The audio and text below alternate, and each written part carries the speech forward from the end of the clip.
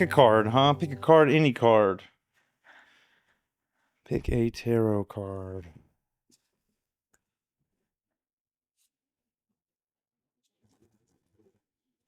Nice.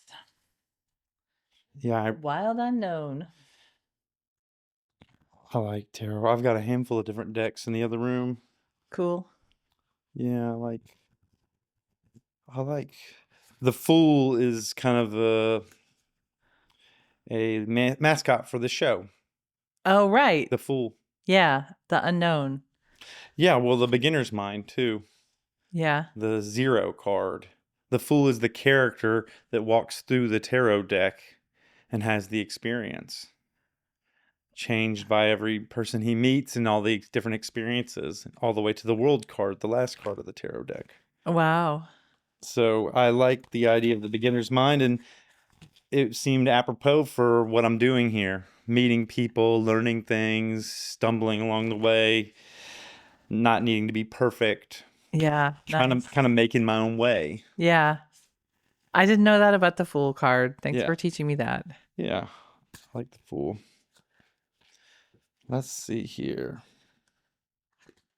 Oh, that seems perfect. The World. Ooh. I got the Speaking World. of. Yeah, speaking of the World card. It's beautiful. You see that? So, when the Fool gets to the world, what happens? Good question. I'll let you know. Okay. Can you put that in the box and I'll read a little something about the World card.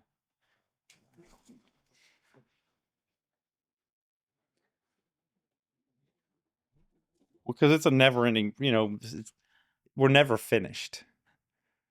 I mean, you know that. Yeah. I mean, most people, I would think, know that. We're never, it's Yeah. not like we're dead. Yeah. And then we'll have whatever we all believe is the next stage. But Yeah. until that day, we're constantly changing and iterating towards growth or decay or Yeah. whatever. Yeah. Sometimes we act as if, though, if only we have this or that, or if only we do this or that, everything will be okay. Oh, yeah. And we'll be done. Or like, once this happens, I'll start. Yeah. Oh, yeah. That's a good one. Once this happens, then I'll be able to start my life and everything will be great. Right. Right. I'll be able to do the thing I really want. Once that Yeah. happens, yeah. I think that's a pretty common one. Let's see. The World. Card number 21.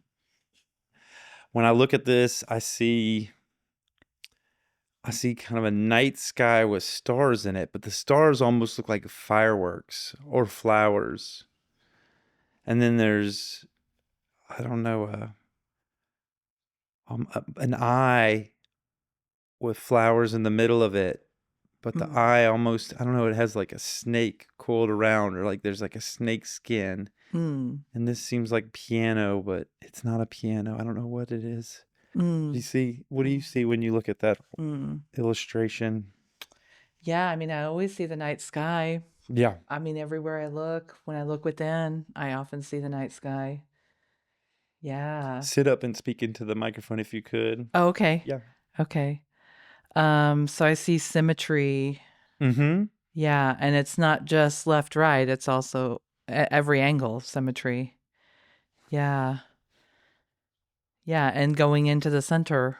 Yeah, Mm-hmm. that's right. I didn't even think of that. Mm-hmm. Let's look at it together. Yeah, definitely symmetry. I see that. Yeah, and some movement towards the center. Yeah. The World. The World. I think people think sometimes when I think of the world, I could think of Earth, or I could think of the universe, Yeah. like all realms of Mm-hmm. the physical Yeah. world. Yeah. Yeah.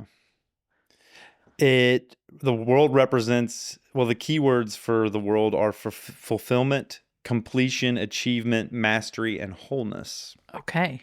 which makes sense for this. It's almost like the Zen circle. Yeah. That there's a little overlap at the top, but it's a circle. It's that wholeness. Yeah. The world represents the end of the fool's journey. You've trekked down an arduous path of awakening and finally reached your destination. In many decks, the World card shows a young woman, sometimes nude, holding a double-ended wand that points both upward and downward, suggesting as above, so below. The Rider-Waite-Smith deck, the woman is encircled by a wreath, bound at the top and bottom by ribbons that call to mind the infinity symbol. She's dancing. As Isadora Duncan believed, one truly lives only when one dances. I could see that a wreath, maybe this circle around the eye center. We don't have I have the Rider-Waite deck cards here, but I'm not going to pull it out. We'll just read.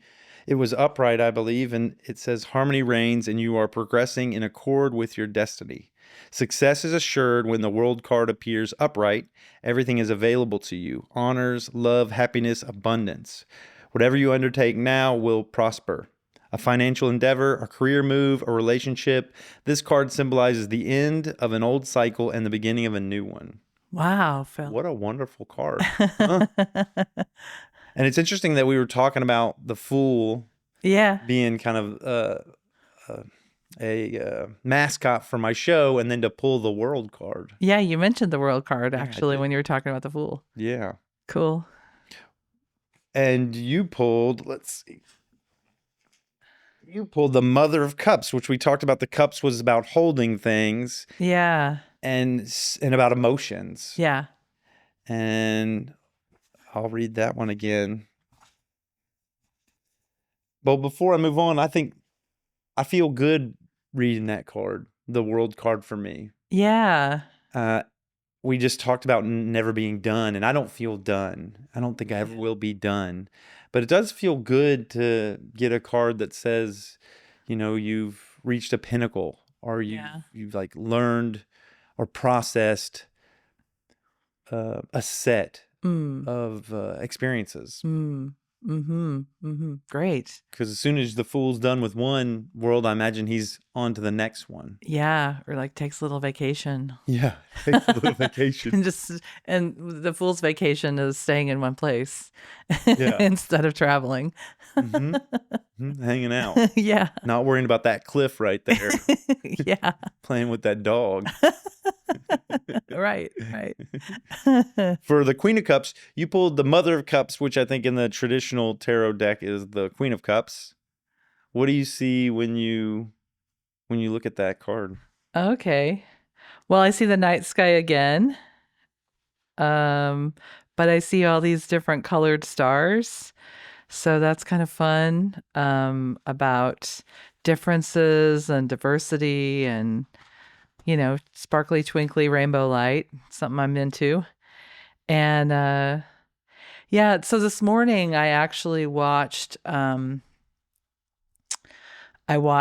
a duckling dive below the water and then come back up and dive below the water and come back up over and over. And that was just interesting to see. Yeah, it's something I think we do with our goals, but also with our consciousness. Yeah. And I love seeing that. I think about kids.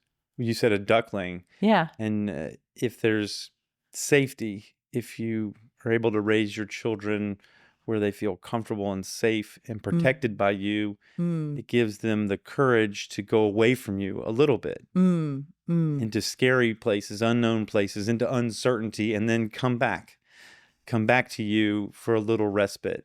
The same way the duckling might have came back up for air. Yeah. And then went down into the deep, dark unknown, searching for food or whatever, like a child would search for nourishment or experience or adventure. Yeah. Nice. Yeah. Yeah. And you mentioned holding, and the thing I kind of thought when I was preparing for this today was about holding space for you and asking you some questions that I'm interested in. Okay. About your abilities. And that's something that NLP is really good at, I think, or has an interesting take on. Holding space for folks. Yeah, I think so. And learning from them. Yes. Yeah, I could learn from you by how you learn from me. Yeah. Right on. Why not? Yeah, I like How it. fun is that? I think it's a ton of fun. The keywords for the Queen of Cups, and I'm looking at this through the Modern Witchcraft Book of Tarot, Cool. The Complete Guide to Understanding the Tarot. I have another one, Wow. Learning the Tarot by Joan Bunning, but I grabbed this one first. So, What's the published date on that? what is the published date on this? Let's see. It's here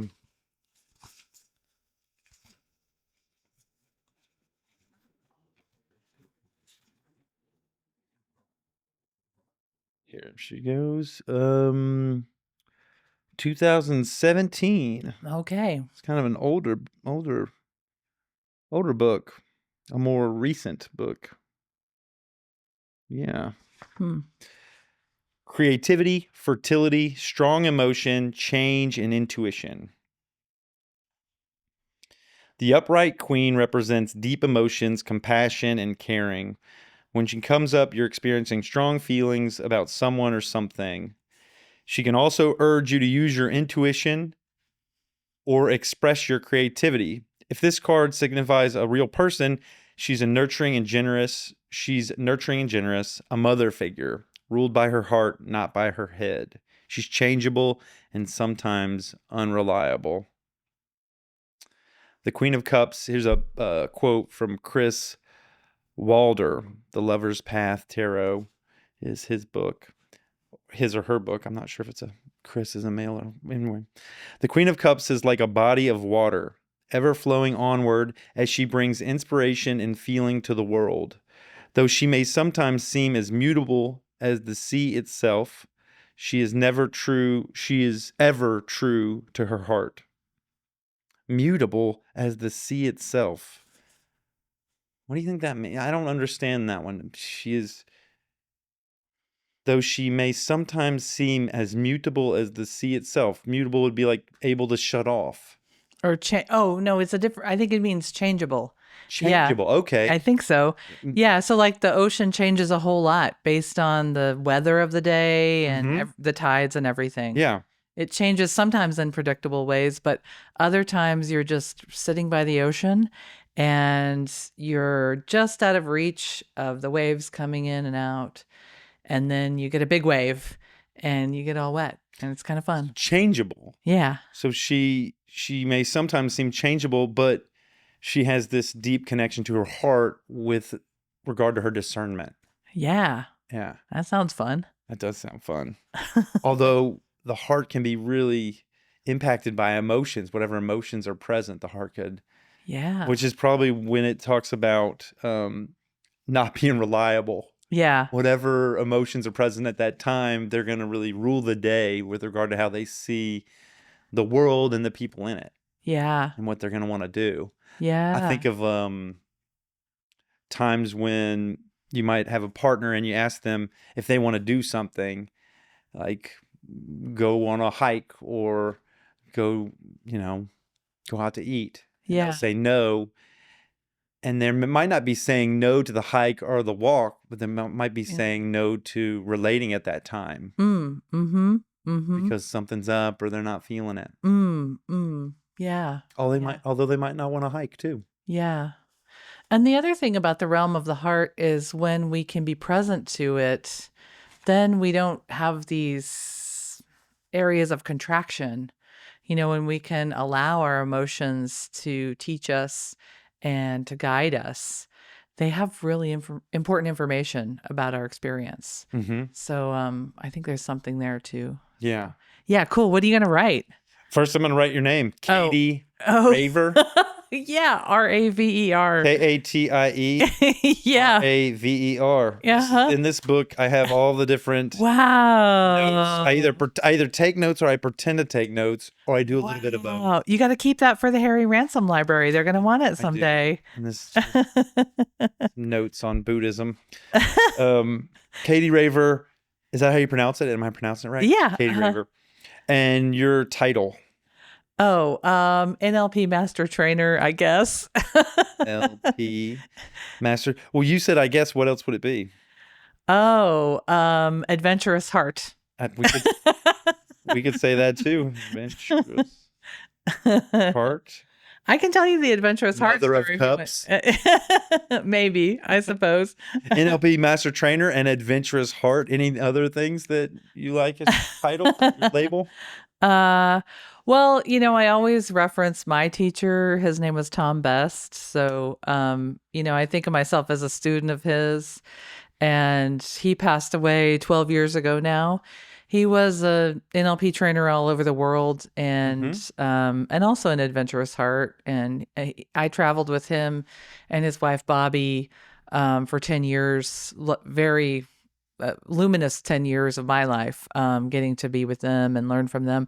Tom never wrote anything. He didn't write a book. He didn't have a lot of recordings of himself. What he cared about was relating and the work itself of being present to people who wanted to make changes. And he was a really special person, and very compassionate and super into nature. And so I that's a part of my identity too. Yeah. As a student of him, student of Tom Best. So an NLP Master Trainer, an Adventurous Heart, and student of Tom Best. Yeah. Good. What I'll Sure. do is when I do the intro, I'll say, Yeah. welcome Katie Raver. Okay. She's an NLP Master Trainer, Adventurous Heart, and student of NLP Master Practitioner Tom Best. Sure. Although he would never say all that stuff in front of his name. What would he say? Just Tom He would Best. just say, yeah. Student of Tom Best. Yeah, when I first started working with them, they were really fun. They didn't have a lot. They didn't do a lot. Tom Bobby didn't do a lot of logical businessy things. So when I started bringing people to their classes, they invited me to keep doing that, and they invited me to start organizing things. So I brought name tags one year. And Tom was like, "This is amazing. I can just see the person's name right there. I don't have to remember it." Yeah." But I remember I hadn't made a name tag for him. So he made one because he would want to be just like the students. Yeah. Yeah. And he wouldn't want anything special on his. He just put Tom. Tom. Yeah. I like that. Yeah. Flat hierarchy. Yeah. Yes. Yes. Yeah. Yes. No one's above or below. It's just Yeah. different. And I think when he taught, he really thought of people as his teachers. He really represented them in his mind as someone who was teaching him. I saw him switch into that. It was really interesting to see. Yeah. Yeah. I like that. Yeah. So Katie Raver, we got the title down. Phil Phails at, what will I fail at? I mean, spot on could be NLP. You got to fail at Neuro Linguistic Programming, or Fail at being the fool. I could fail at being the fool. Yeah. I like when the topic of the show isn't as spot on and we see the topic through the lens of your expertise, through the lens of NLP. Sure. Like an example would be, I had Ashton on, who's a fitness trainer, but she's also pretty prolific in a lot of areas. And so what it came to be was lifelong learning for her. Whoa. Because she was constantly getting certificates, constantly, like she was seeing fitness through occupational therapy, but also through certificates in coaching, climbing, and coaching, running. And then all this, she's going back to school and learning ceramics and learning lithography. And she was always learning and growing her whole life. Wow. So what made sense to me was lifelong learning. And we saw that through the lens of fitness and health. Cool. Nice. So what do you think NLP, or what do you think what do you think would work for you? Yeah. I mean, we can talk about it at the end too. So yeah, failing at, yeah. Think of failing as learning too. Yeah. Right. Right. Phil learns at. Yeah. Yeah, I'm not sure, but I'm open to finding out. Yeah. Let's talk about it a little bit. Okay. Yeah. I mean, so, quite a bit of NLP if you've done a practitioner training. So you already know that NLP has an approach of looking at experts or at expert results. Modeling. Yeah. The way that NLP modeled from Virginia Satir, Milton H. Erickson, and Fritz Perl. Yeah. Yeah. Well, in the beginning. And then all the NLP processes that we teach in practitioner training came from modeling someone or many people who was great at setting a goal and achieving it, or great at rapport with people who are really different from them. Mm. So the trail of modeling is actually all those processes, the techniques and skills. And the approach of modeling, or the methodology, is really about, is about creating those new things. So we start with the processes and skills, but that's actually the trail of good NLP. That's the trail of all the modeling stuff. So, I brought some modeling questions because I didn't know how much. I thought it would be fun to model you Yeah. and find an ability that you're great at, Yeah. and to talk about that. I wonder if it was something about modeling, because it does seem like NLP, you start from there. You Yeah, start from seeing excellence in the world, people that are really good at something. yeah, The yeah, three people I mentioned, Milton H. Erickson was good at hypnotherapy, yeah, somehow like getting people to change from the subconscious up. yeah, And I think Virginia Satir was really good at reframing, yeah, mindset, yeah, and I'm sure a lot of other things as well. And Fritz yeah. Perl was good at, I think, seeing behavior, the Mm-hmm. way people would communicate non-verbally, and also engage them kind of with a little conflict or charge, I think is what he called it, Yeah, to get them out, to get them yeah, to come out to see what was there, yeah, different things. yeah. So I wonder if there's something around modeling. Sure. Phil Fails at modeling. How Yeah, would you say that? yeah, Phil Fails at learning from others, or yeah, yeah. Learning excellence, learning from others. Yeah, modeling. All those are great. Those are fine. Yeah, now it's an exercise of finding a succinct way of saying it that's yeah. fun. Phil Oh, that's Fails. fun. Yeah, that's kind of fun. Phil Okay. Fails at, hmm, Mm. what do you think? Phil Fails Okay. at, Mm. what did, think of like Bruce Lee, like he learned a lot of different martial arts and he combined them into something that he shared with the world. Yeah. Nice synthesis. Synthesis. Yeah. Yeah. Yeah, Mm-hmm. synthesis. Who doesn't like a podcast about synthesis? Sign me up for that. Yeah, we're gonna talk about synthesis. Joyous synthesis Oh my God. Who fails at naming things. at naming at naming podcasts? Let's see. At Lang or at role models? Maybe. Who fails at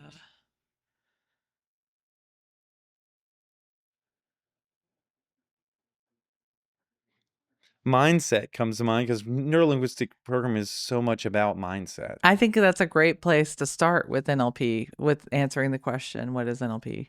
Yeah, mindset. Is to play with all the mindset tools. I Yeah. agree. Yeah. And modeling is one of those. Yeah. One of those mindsets. Yeah. So that would be one way. Let's just put a couple down and see Okay. which one we like the best. I Okay. said mindset. Okay, great. We said modeling. Yeah. Learning from You others. said the fool. Yeah. Phil fails at being the fool, which I like. It being the Yes. Buddha was the one I had with the Oh, wow. Phil fails at being the Buddha. Wow. So being the fool would fit. Yeah. What else? Well, also, I wonder about Phil Fails at being the world, reaching completion, The world. because there's something about that that seems important for our conversation today. Yeah. Yeah. Reaching completion. Yeah. And it fits with NLP because a big part of that is the well-defined goal. Yeah. The well-formed outcome frame. Well-formed outcome. Yeah. Yeah. I like being the world. That's a good one. And it would fit with the card. Yeah. And it's a little like, Yeah. it's not on the nose.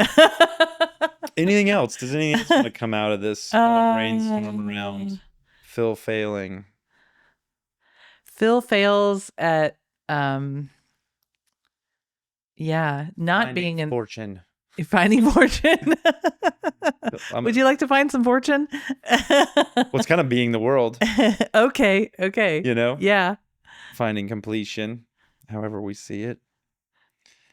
What, you were about to say something? It was along the same lines. It's fine. Great. Mm,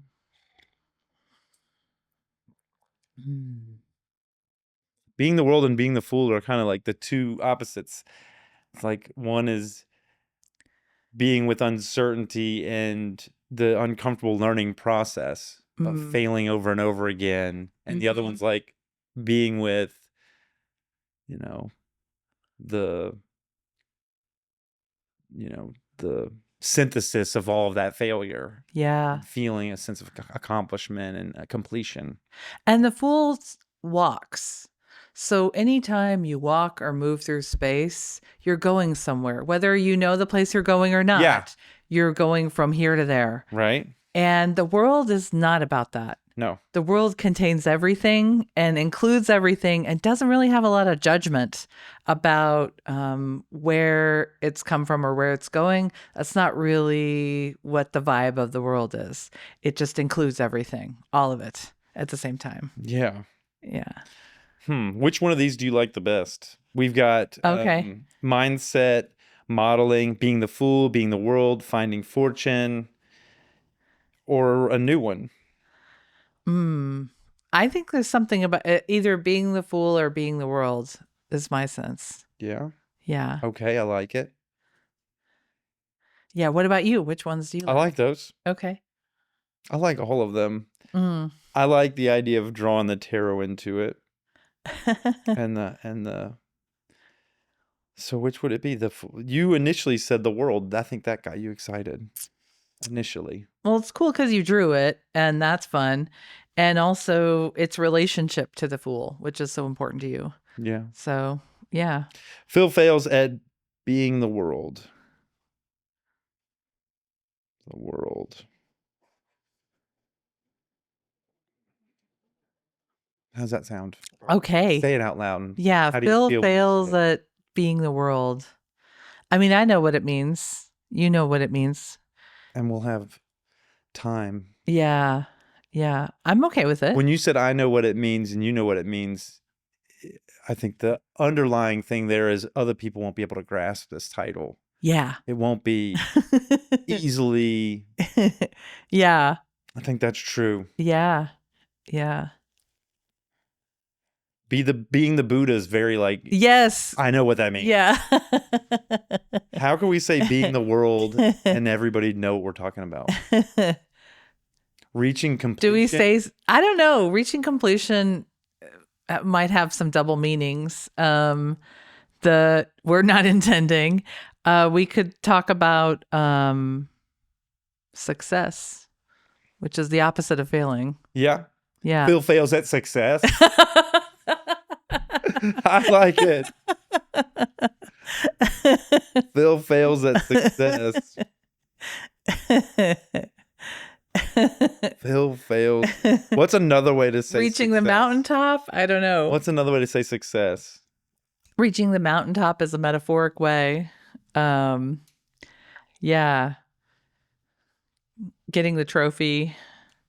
Success is winning first place.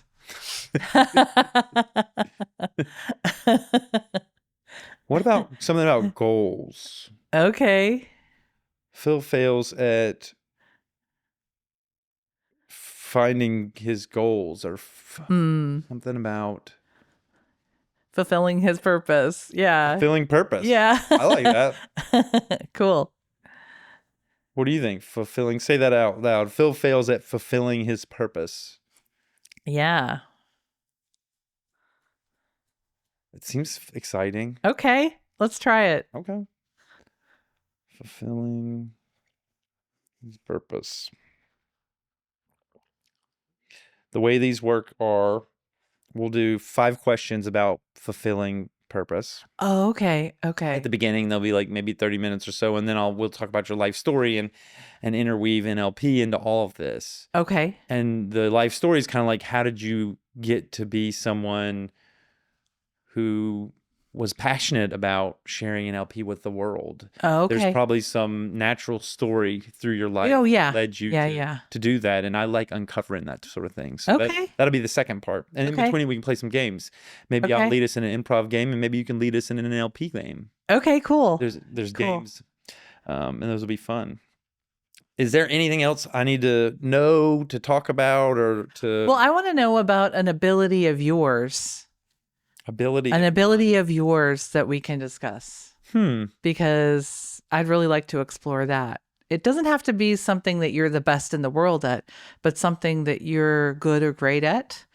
Yeah. Yeah, that's a good question. I don't know if it's related to this or if it's another ability in your life. Yeah, Yeah. So I don't know. You interview people I do. who are experts or have an interesting perspective. Mm-hmm. Yeah. I interview people that help people help themselves or Yeah. help people be better people in Yeah. mind, body, and spirit.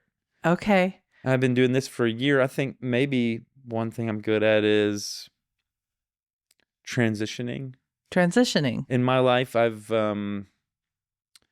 ADHD, Okay. and in my life, I've experienced a lot of um, I don't know that I'd call it rejection. It seems like not a very friendly frame, but a lot of like being required to move on from a group.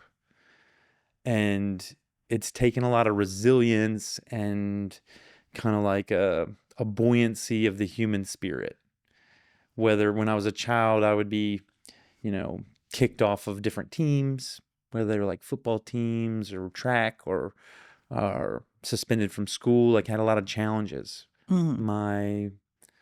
The way that I see the world or communicate or my social expression was a little bit hard for the masses to kind of accept or to invite in. And they've written books about this. Carolyn McGuire wrote a book called Why Won't Anyone Play With Me? And it was Hmm. about how ADHD, or at least the type that I have, led to, you know, a lot of negative messaging from adults, a lot of and also subtle isolation and exclusion. So through my life, I've, lost a lot of jobs, had a lot of challenges in relationships. And I think the thing that I've been good at is like moving on and like finding some meaning again, like reinventing myself over and over again, or Hmm. just, I don't know, this gets a little dark, but I think a lot of folks that would have this type of experience would say no thank you Mm-hmm. to this life, Yeah. to like unalive themselves, as they say nowadays. Yeah. Because there's a lot of messaging that hey, this isn't a kind, friendly place. So it's led to me being like a seeker, someone that's really, what does this all mean? What is this about? And then also someone that's searching for my own healing and my own way to interact and relate to folks Mm. so that those things happen less, or find people that fit with me or match with me. I don't know. I'm just speaking. Yeah. I don't know if it comes to you from all those words. Yeah. So actually, I think that kind of transitioning, that kind of resilience is a really special ability. I think a lot of people would love to have that, would love to learn about that. And that it's something that we're kind of missing in society, that we act as if we should just be one thing our whole lives. We shouldn't have to transition. We shouldn't have to fail. Yeah. And if we do fail, it's the end of the world, Yeah. or it's really painful. The end of the world.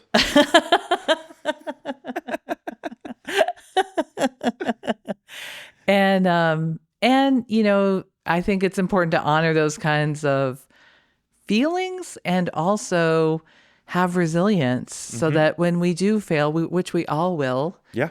and when we do have to move on from groups or people or relationships, that we have some ways of coping with that, Mm-hmm. and that make us stronger. I think that's a really cool ability. I'd love to talk about that. Yeah. Can we And do that? yeah, we definitely will. Can we Okay. do that maybe in the middle? Sure, sure. What do you call that ability? You said you called it transition. You also used the word. Resilience is one. I Okay. don't know. It's like the ability to rebound. Okay. It's led me to this show where the whole premise is failure. Yeah. It's led me to like, I think it's led me to lean into authenticity, Yeah. lean into like, hey, this is my experience. Sometimes it's yucky, but I just want to come clean on it. Nice. Maybe rebounding, resilience, Okay. or transitioning. I'm just saying a grouping of words, and Great. maybe it'll come out of there. That's okay. We don't have to name it perfectly. Yeah. Yeah, we really don't. But you get what it is. It's like Yeah. whether, people back in the day had the same job for 50 years. And I like have struggled to keep a job for more than, a year Yeah. over and over and over again. But I've constantly moved upwards. Like every job, I always got paid more and my title would be better. I joked with my brother that I like got myself fired all the way to the top. I didn't get all the way to the top, but I constantly went up via my way to like spin what occurred to me, what happened to me, or the ability to kind of learn from it and step on top of it as opposed to go back down. Nice. So I don't know how you would say that. Yeah, but it's okay. We don't have to. Yeah. We don't have to label it perfectly for what I want to talk about. Yeah. heck yeah. Okay. Cool.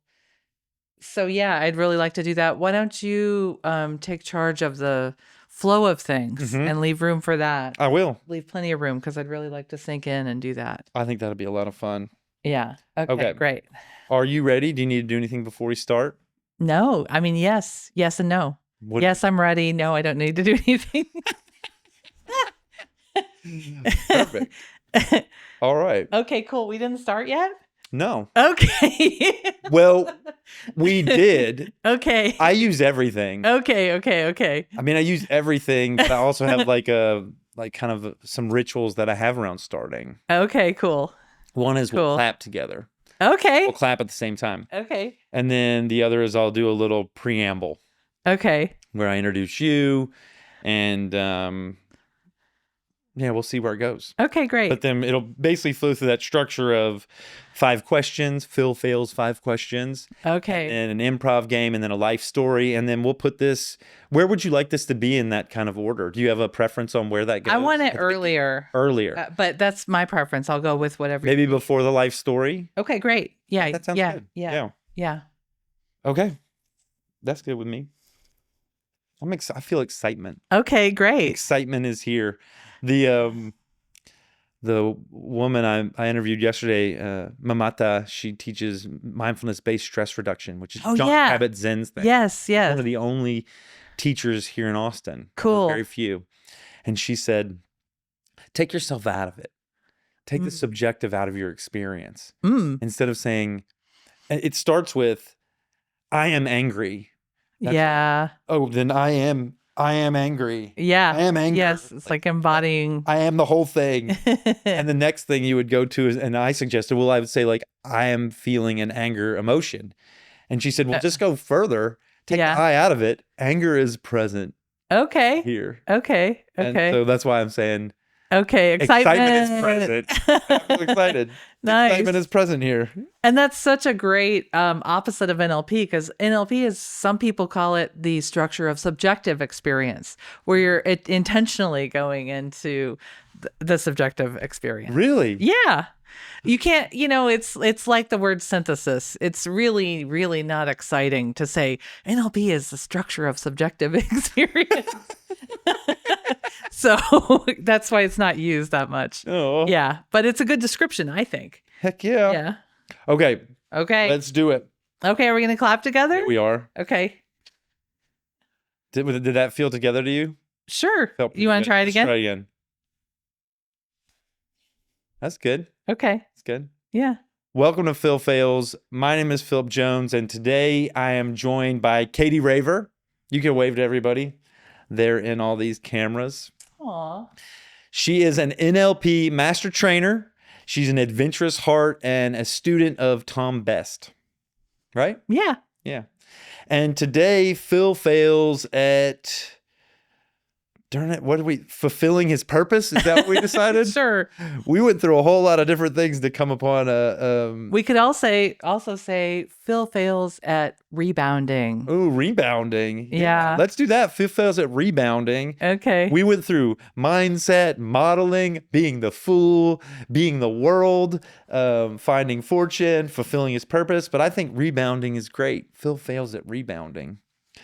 And Katie Raver is an NLP master trainer. That's, I think you help folks through the lens of NLP. Is that safe to say? Yeah, it is. NLP is an acronym. Yeah. Not everybody knows what NLP is, so it's Neuro Linguistic Programming. Right. Right. Yeah. And just off the bat or at the beginning, I got a practitioner certification, and you're a master trainer, which is those are very different places. Yeah. And I've studied a little bit about NLP. Yeah. And you help folks like me that are on a pathway to mastery with that. Yeah, sure. Yeah. Yeah. How would you explain NLP to folks? Like, what is? Oh, yeah. Well, okay. Well, I'm excited that we're going to talk about your ability with rebounding or transitioning or resilience, because people will get to see an example of modeling using NLP. And a short form that I will sometimes use is NLP stands for Neuro Linguistic Programming. Neuro is the brain and the body. Mm-hmm. Linguistic is the words I say to others and to myself. Mm-hmm. And programming is I can be intentional with my brain, body, and words to create different results for myself and others. Mm-hmm. So that's a little short form like that. And it's Bandler and Grindler. I always have trouble saying their names. The founders of NLP were Bandler and Grindler. Grinder, yeah. Grinder. Oh my goodness. They're going to take back my certificate. And it came about how long ago? Do you remember? Oh, yeah. Okay. Some of like the history of history. Just a little bit. Okay. Well, let me turn the history a little bit on a 90-degree angle. Mm-hmm. So I came to NLP when I was a teenager. My mom helped start an NLP center in Dallas. Okay. And I would hang out in the back of the room as all the NLP greats like Steve Andreas and John Grinder and Robert Dilts and David Gordon would come through and teach. And there'd be 60 to 100 participants who were adults. Mm-hmm. And I'd be sulkily doing my homework or not doing anything as a teenager. Oh, wow. In the back of the room. And I didn't really know what they were doing. I didn't really participate in the classes, but I would go to lunch with my mom and her friends or hang out with them. And what I did know is that they were so exquisitely kind. They were amazing listeners. And a lot of adults don't pay attention to teenagers who are in the mix or who aren't into the topic that they're into. And that was never the case with my mom's friends and my mom too. They were always genuinely interested and caring towards me in a way that very few people were. So they stood out in that way. Mm-hmm. And later I would find out that that's a real marker of good NLP practitioners, is that they're curious about the world and they want to discover what's great about everyone. And they're tracking on when someone has an expansive experience, what's going on for that person. So that's kind of how I initially came to it. I didn't do anything with it. My mom practiced some exercises on me and my brother, but it was really about her practicing, not so much for us. And then in my early 20s, I realized that a scary thing that happened to me as a 5-year-old was influencing my daily life. I just realized I was acting from that trauma kind of all the time. So I looked for a therapist to work with. And I intentionally looked for an NLP practitioner because I had that experience with my mom of all these really nice people. Yeah. So I found one. Her name was Kathy Hansen. She was amazing. And she helped me with some classic NLP stuff. There's some processes that work with traumatic memories and also goals Mm-hmm. that she used. She also used EMDR, and it really helped me a lot. It really changed my experience of myself and how confident I was in the world. And she's the one who suggested that I take an NLP class. She's like, well, we're kind of done with what we're doing here, but you really seem like you like this stuff. Have you ever tried an NLP class just for your own personal development, your own self-discovery? Yeah. So that's really when I found Tom and Bobby Best. They were in San Antonio, and I drove down and met them. And immediately I knew this was just really fun to swim in the sea of consciousness and discover things about myself and other people that weren't always apparent on the surface. So I did that, and I had a friend in the middle of that class who was a lawyer in the Northeast in Connecticut. No, she was in Manhattan at the time. And during class, she called and said, I haven't been to work in 9 days. Every time I try to go to work, I have a panic attack. When I decide not to go to work, the panic attack goes away. Do you think they're related? And I'm like, I don't know. Maybe. So she said, I have an appointment with a therapist, but I can't see them. They can't get me in for a week. Can you help me with NLP? And I'm like, no, I don't know anything. I don't have a certificate even. All I have is my book. And she's like, you have to just try. So I literally cracked open my book and read the first exercise of the practitioner training to her and did it with her. She called me that night and she said, well, I had a panic attack, but I fell asleep in the middle. Is that all right? And I'm like, I don't know. I still don't know. I don't know anything. Yeah. So we did another exercise the next morning. She didn't have a panic attack, and we did the well-formed outcome frame the next day. And then she went to work and didn't have a panic attack. And she actually went in to work and resigned and said, I want to do this other kind of work. And she knew exactly what it was. I want to live in London, and that's what I'm going to do. So I'm resigning here. And they immediately said, we can't lose you. We need you. And we have an office in London, and we'd love to develop that line of work so that you can do that and be on a partner track. Wow. I know. So that's the moment I was like, oh, I have to really learn this stuff. It had power. Yeah. All I did was just the basics, the simplest stuff. Yeah. Even reading you from read from the book. Yeah. And it really helped. And I think there was something about the intention I had. Yeah. That I really wanted to help. For your friend. Yeah, exactly. There was a true connection there. Yeah. That probably a lot of NLP is building rapport. Yes. To have that affinity for the other person and to have an intimacy there. Yeah. Shared goals. Yes. Yes. And we can do, with that kind of rapport, we can do different kinds of work than we can just with a robot. So they say, I heard a quote somewhere that said, in order to influence, you have to connect. Mm-hmm. That rapport building is the predecessor to influence, and to really kind of it has that safety or that trust. Yeah, and I think influence too is about like the kind of influence that I'm interested in is about letting in someone else's worldview, their map of the world. Enough that they can understand where I'm coming from in the way that I communicate.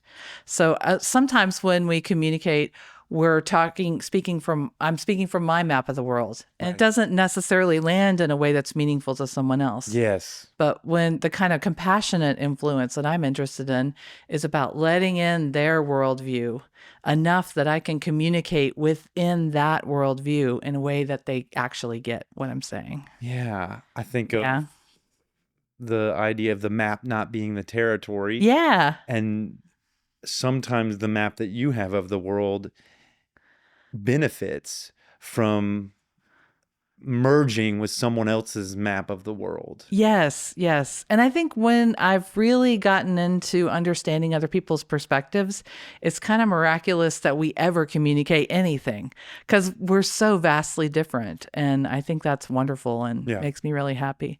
So I came to NLP in this very pragmatic way. and started using the exercises from the NLP practitioner training just with myself and my friends. I started the Austin NLP meetup shortly after that because I needed some people to practice that weren't my mom and her peers who were all, had been using this stuff for 10 But years. you were in a family of NLP, Yeah. right? You're kind of a legacy of NLP. How long ago was that? How long have you been doing it? Oh, well, so I'm 47 now, and I was in the classrooms when I was 13. Yeah. So, but that was really But just you started when absorbing you were it. 20 something. Yeah. You started Yeah. really Yeah. practicing. Yeah. So more than 20 years, 25 years, something. Yeah, a while. But you were probably learning by osmosis in those classes. Yeah. And the way really, that they held space for you, yes, their attention. sure. And when I started learning with Tom Best in my early 20s, I was still learning by osmosis because yes, there was the manual, there was the materials, but there was also Tom's, you could call it his mindset, but he could hold this compassionate space for people to change in that is rare. And I haven't seen a lot of people who can do that at his level. And also, when you're teaching at the front of the room, people give you all this adoration and power and faith that you totally don't deserve. And he was masterful at returning that 100% to the participants, which is where it belongs. Yeah. So it was really fun. It was very, very common that until like I would introduce him in front of a group of new students, they wouldn't know that he was the trainer because he would just be drinking coffee and visiting with people before class as if he were a peer. And that's how he saw himself. Yeah. I love that. Yeah. I love the idea of the power is in the teachings and the practices, not in the person. Yes. Yes. Everybody kind of being equal, because sometimes in a hierarchy structure, that hierarchy can make it difficult for the relating, Yes. for the connection and the rapport building, because there's this awe, and it also can create a power Yes. imbalance that I think is challenging. Yeah. For a lot of reasons. Yeah, and the things that you're unconsciously presupposing when you're a learner and the teacher is a learner too are much more fun. They're about what can we learn from each other and how are we alike, instead of the hierarchical way, how are we different, or how is one person better, those kinds of questions. And also, from if I'm a learner and my teacher is so elevated, then I feel like that's what they can do is unattainable. And that's not interesting to me in the classroom. In the classroom, I want us to play and be curious and explore and find some things that actually work in a new way together. So. Yeah, you're wanting folks to have transformative experiences. Yeah. If that's what they want. Yeah. For sure. Yeah. So the history of NLP, what's interesting about it to me is that it's about the early developers of NLP looking at people who are great at something, discovering that, figuring out what's really important about that, and also, the people who have forwarded the field are remarkable humans. It's still, NLP is it's been going on for a long time. Yeah. And I think it's taken some hits here and there from different activity or behavior being associated with sales. Associated with pickup artists. Yeah. But it's still there trucking. It's still going. And there's new insights and there's new life in it currently, right? Yeah. And when people are exploring if they want to take an NLP class, I tell them to follow their gut and find trainers that they really like, because the trainer themselves, it makes a huge difference with NLP. Yeah. With the quality, but also the quality as far as is it good or not, but the quality as far as, is this compassionate and loving? Does this match my other values or not? And it's really easy for people to tell. So, I always advise them, like any kind of hard sell stuff, like you can buy this whole training for 90% off if you buy it before you come to class. just let that stuff go, find the people who are doing the work in an ethical way, who have an introduction class where you can afford it and be in the room with them. Learn. And And get then a find sense of out their bedside Yeah. manner. Get a sense of Yes. how they hold space. Yeah. And if you like that, then learn from them. It's probably similar to a therapist. Hopefully. Right? Me Yeah. personally, I'll sometimes meet 4, 5, 6 therapists before I find one that has that I like their vibe. I like even the way they set up their room, their office. There's some things like when you came into my room, you said, "Oh, I see a lot of things that are similar to my home." Yes. The feathers and the sage and the cards and the Buddhas and the books. Yeah. And I imagine that you felt a little comfortable. Sure. Comfort or some familiarity in those things. Yeah, for sure. Yeah, so I encourage people to pay attention to all that stuff. Heck yeah. So, yeah. And there's a lot of new work that's happening from people who know NLP. They may or may not fly the flag of NLP, but they have that mindset and the practitioner or master practitioner kind of certifications. And that work is fascinating. It's beautiful and wonderful. One of my favorite early developers, her latest work, Connie Ray Andreas, is called The Wholeness Process. This is amazing work that integrates multiple fields, and she's such a masterful training designer and process designer. I love learning from her. And, she's been there since the beginning and is still developing new stuff. And I love that. I love that about the field. Yeah. Yeah. There's someone who is coming to mind. There was a guy who does a bunch of finance stuff. What's his name? He's really tall. He went through he quit in the middle of the master's program, and now he has a huge business doing, what is his? I'll think of it in a second. Okay. You would know him. Okay. He's huge. Cool. He does big conferences where people come and pays him millions of dollars to be their coach. Yeah. What's his name? Well, and I think the reason why there's like NLP mentions in so many different fields, some of them really fun and expansive, some of them not so, is because NLP is interested in the structure, the model of how things work. And then you can take that model to anything. Yeah. And so I think good NLP teaching is ethical and mostly neutral. Yeah. So that it's about, okay, anyone can work with these principles in an ethical way and in a helpful way. And it's kind of old school DIY. Like, do it yourself. You think it's self-help. Yes. But you can go out and buy a source book.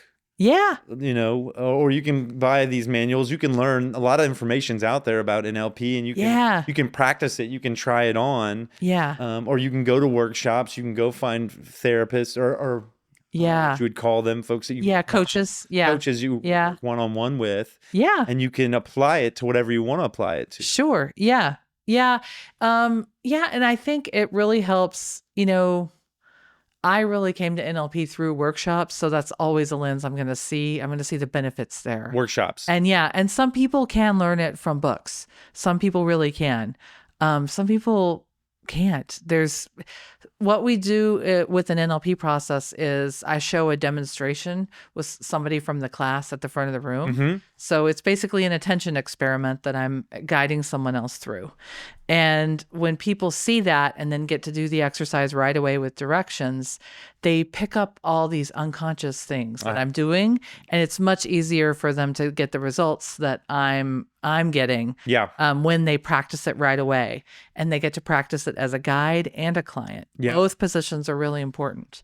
So, and they see it as an observer. That makes a lot of sense to me. Yeah. Because I've done a lot of different frameworks or modalities, whether it's, men's work or NLP or radical honesty or a lot of these kind of healing modalities. But one part of all of them has been transformational experiences. Yeah. And I imagine in these workshops, there is moments where you go, aha. Yes. This makes sense to me. Yes. Whether it's you feel tingle in your body or you feel like this sounds true. Yeah. Or this works. Yeah. And that's easier to have in a group setting than it would be reading a book. Yes. Because you've got most people, real world application. Yes, yes, yes. And two, I think part of it is being with other people interested in transformation. Yeah. Part of it is also you're learning these processes in a well designed way. So the one where there's transformation or the aha moment, sometimes that wouldn't be possible without the other things where you were practicing different states of attention first. Okay. So I heard that there are these Buddhist tapestries that show a way to a particular state of enlightenment. So the state of enlightenment is in the middle, and then the map of the other states on Oh the, yeah, you know that's what I'm talking about? it's the cycle of birth and death and going you either go up it or you go down it. I Okay. forget what those are it's called, but yes, Yeah. you either go to enlightenment or you go to the other realm. Suffering. Yeah, yeah. Something that's a bummer. Yeah. The cycle of death and rebirth. Well, those kinds of maps where it's like these emotional states lead to this type of enlightenment. To me, that's really a version of what NLP is, where enlightenment is an ability or a flow state or whatever that's in the middle. So, Yeah. yeah. And there's ways you can guide them with this practice or this lesson. Then you stack that on the next one and the next one and the next one, and it gets you towards this greater awareness or this. Yes, these attention experiments build so that this thing that's kind of complicated or transformative is easier. Yeah, we talked about Buddhism a little bit earlier and how there was there were some, there were relationships between awareness in Buddhism and mindfulness and meditation similar to NLP. Yeah. So attention experiment. You mentioned men's work. Have you done Mankind Project? That's what I'm talking about. Oh, cool. That's so awesome. Yeah, I did the Mankind Project. Wow. The New Warrior Adventure Training. Yes. And that was really similar. They had psychodrama type of things in that. And there was these transformative experiences. Cool. Have you interviewed somebody from there? I have. I'm actually about to release it. Oh, that's so awesome. Yeah, David I'll Garrison. look for that. Nice. Phil Phails at Men's Work. I have been in the beginning stages of dating, and the men that I'm meeting who are emotionally intelligent all have done MKP. Like MKP's good. Like if they can hold space for a little emotion or their own or another person's, I'm like, did you do MKP? They always say yes. Yeah, I think it really is good for helping, folks communicate their emotions, hold space for other people to communicate their emotions. Yeah. I think nonviolent communication was also really good for that. Yeah. Cool. Which I've done a lot of that. That's awesome. Yeah, That's but awesome. MKP, definitely a big fan of MKP. Sweet. I currently have a handful of men that if I'm in the fields, I'll just text them and say, man, I'm having this experience right now. And they'll say, how can I support you? Oh, wow. Nice.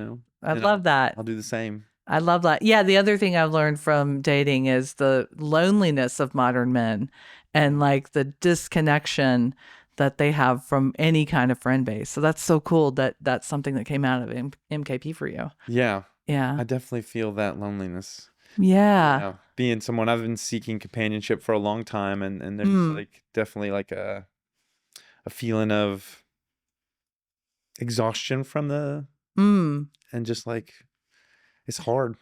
Yeah. What is hard about it? I think just investing in myself over and over again, and like sometimes seeing a really beautiful sunset and wanting to share it with someone, or feeling like meeting someone that I'm really excited about, and my grasping or clinging has me behave in ways that push them away, and then feeling, dang it, if they just knew me, if I could just skip past all of that anxiety part and could skip to the part where we're together for a couple years, it'd be easier.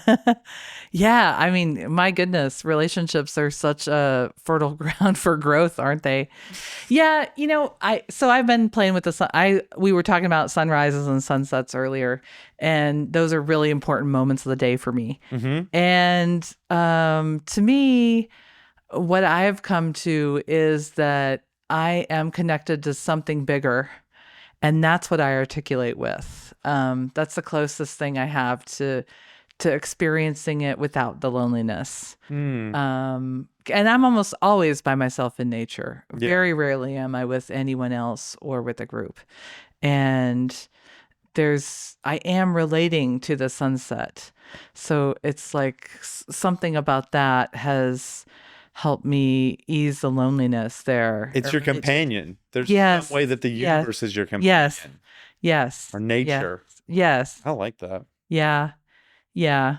Yeah, we could totally go down that rabbit hole, I can tell.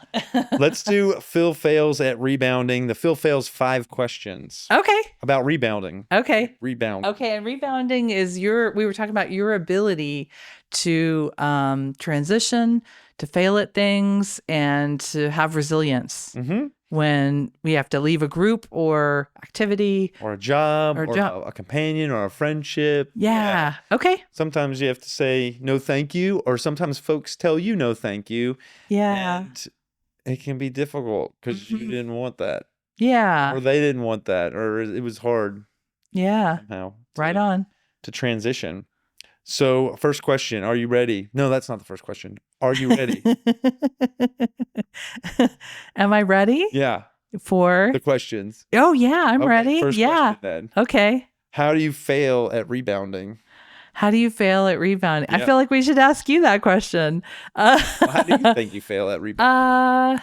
Yeah. Hopefully with we're all going to fail at transitioning, at rebounding, some. And yeah. Yeah. How do I fail at it? Well, my last relationship, it took me 2 times to find a way to break up with them. So you did the whole breakup makeup thing. Yeah. Yeah. So then my brother coached me. He said, I'll tell you how to break up. I've done it like 150 times. I'll help you. So you modeled Yes. from your brother. Yeah. Yes, he's really good. If you ever need help, you should totally And call him. breaking up. Yeah. 150 times. That's a lot. He might have been exaggerating, but maybe not. Yeah. Yeah, so he helped me with that. But I think it's a model that's actually kind of fascinating and does apply to other contexts. Mm-hmm. So what he said was make it a time-bound conversation so that it's not a conversation that can go on for hours or days, but just set up the expectation ahead of time. I have to leave in 15 minutes. Yeah, this is going to be a Yeah. X minutes, Yeah. X minutes conversation. Yeah. 15 minutes, 30 minutes. Yeah. Yeah. And it was a long relationship. So it was like 8 years. So we lived together. So maybe more than 30 minutes. No, it was shorter. Yeah. Whoa. Yeah. It wasn't like the topic was closed. It was just, introduce the new information and then let Give them. space. Yeah. Yeah. To process it without you being there. Yeah. And in some ways, you're reaffirming, yeah, we're really breaking up because I'm going to let you process this on your own and I'm going to process it on my own. Because up until that point, y'all were support for each other. Yeah. So there's probably a desire to support them through Yeah. that information. Hey, I'm Yes. gonna give you this bad information. I'm not bad. I'm gonna give you this very important information Yeah. regarding our connection. Yeah. And I'm gonna stay here and support you the way that Yeah. I've historically done so. Yeah. Yes. could- It was so smart. It really was helpful. You need to find support other places. Yeah. And I need to find support other places because that's part of the transition is that we're Yes. not going to support each other in that way. So I think that that's relevant for any kind of rebound or transition moment is defining the conversation about that and also being aligned in the way you do it. So showing the new way right away. So if what we're going to be is broken up, then we're going to start behaving like that in a kind way as soon as possible. So there's an inner alignment to that. Which can also be hard because Oh, yes. The first time you're going to do the new thing. yeah, well, you go out from a relational perspective, I could see you leave that and there's this tremendous void. Yeah. And you know that if you just said, hey, come fill this void, they would. So it takes real resilience. It takes real, Yeah. And I think that's actually the purpose of the time boundedness to it is that when you're first starting a new ability, like being apart, yeah, it's easier in the conversation to make that conversation quick and then practice it. yeah. So let's see. The other things he told me are talk about it as a decision that you've already made. So this is a decision that I've made for myself. Yeah. not as This is an exploration. yes, We're not coming up with this together. This isn't a yeah. brainstorm. Yeah, or it's not, I'm not giving feedback and I'd like you to modify your behavior. This is the decision I've made for myself. Yeah. Yeah. So that I think that's really useful in other contexts too, is when you know what's going on within you to express it in a defined way. Yeah. I think that's really helpful. And let's see, what else did he say? He said, do a little bit of rehearsal for different answers to the why didn't it work? So the first time through, why didn't it work? He said, it's okay to say, I don't know why it didn't work. It just didn't work. And it's okay to have multiple answers to explaining. But if you get really specific behaviorally for why it didn't work, then what it invites is for the other person to start to fix those things. And if you're having a full-on breakup conversation, it's beyond fixing. Yeah. And probably hopefully you've asked for all those things that you wanted that didn't work multiple times already. In a clear way where they understood. Yeah. Yeah. Yeah.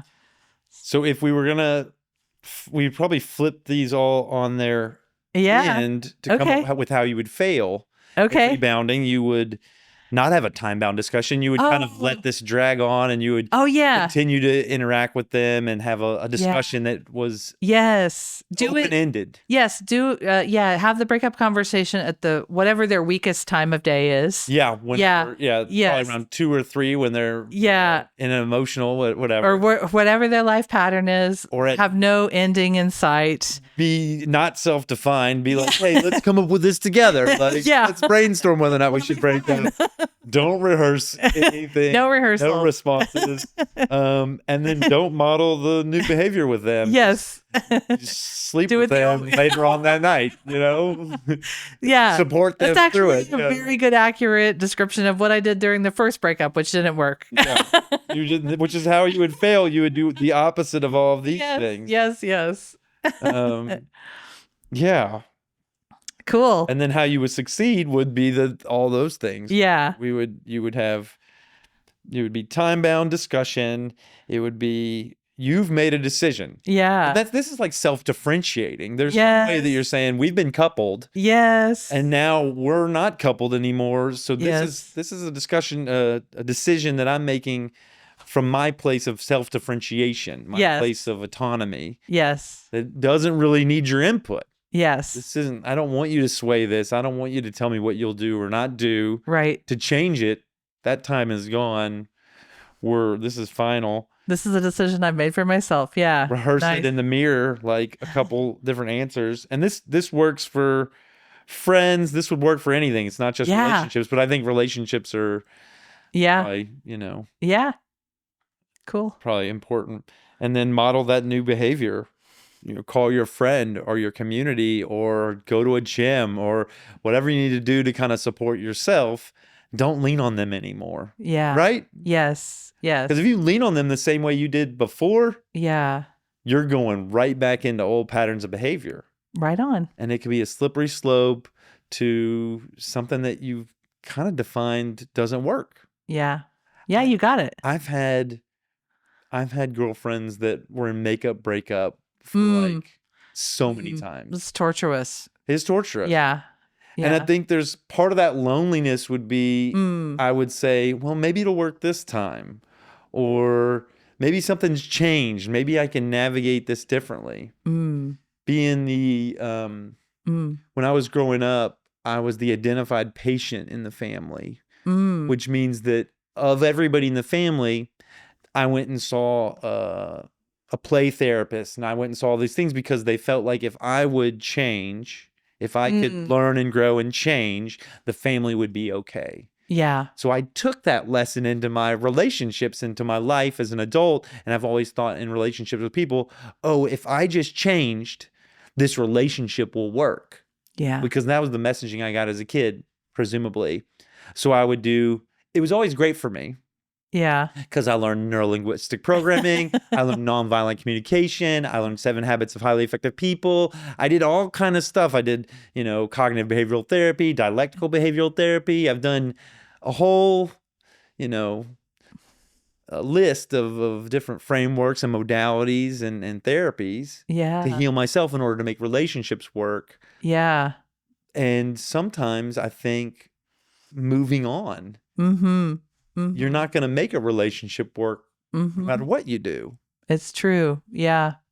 Yeah. And that, our wounds from childhood give us many gifts. Mm-hmm. And also they are wounds. So when we heal them, the whole thing changes. Yeah. But it changes for us, not for the relationship. Right. They change for us. Yeah. And maybe the lesson is go through these and move on. Yeah. Yeah, sure. Move on. Sure. That's interesting. And that's very aligned with the world, which is the completion point. Yeah. Yeah. Moving on. Completion. Yeah. Yeah. Mhm. And because this is a completion of sorts. Yes. Yes. Yes. It is. Yeah. You're kind of Yeah. you're tying a bow on a time of your life and a relationship. Yeah. And you're moving on from that. Yeah. Nice. Because you will have processed all those experiences Mm-hmm. and chosen to have different ones. Mm-hmm. Yeah. Interesting. Cool.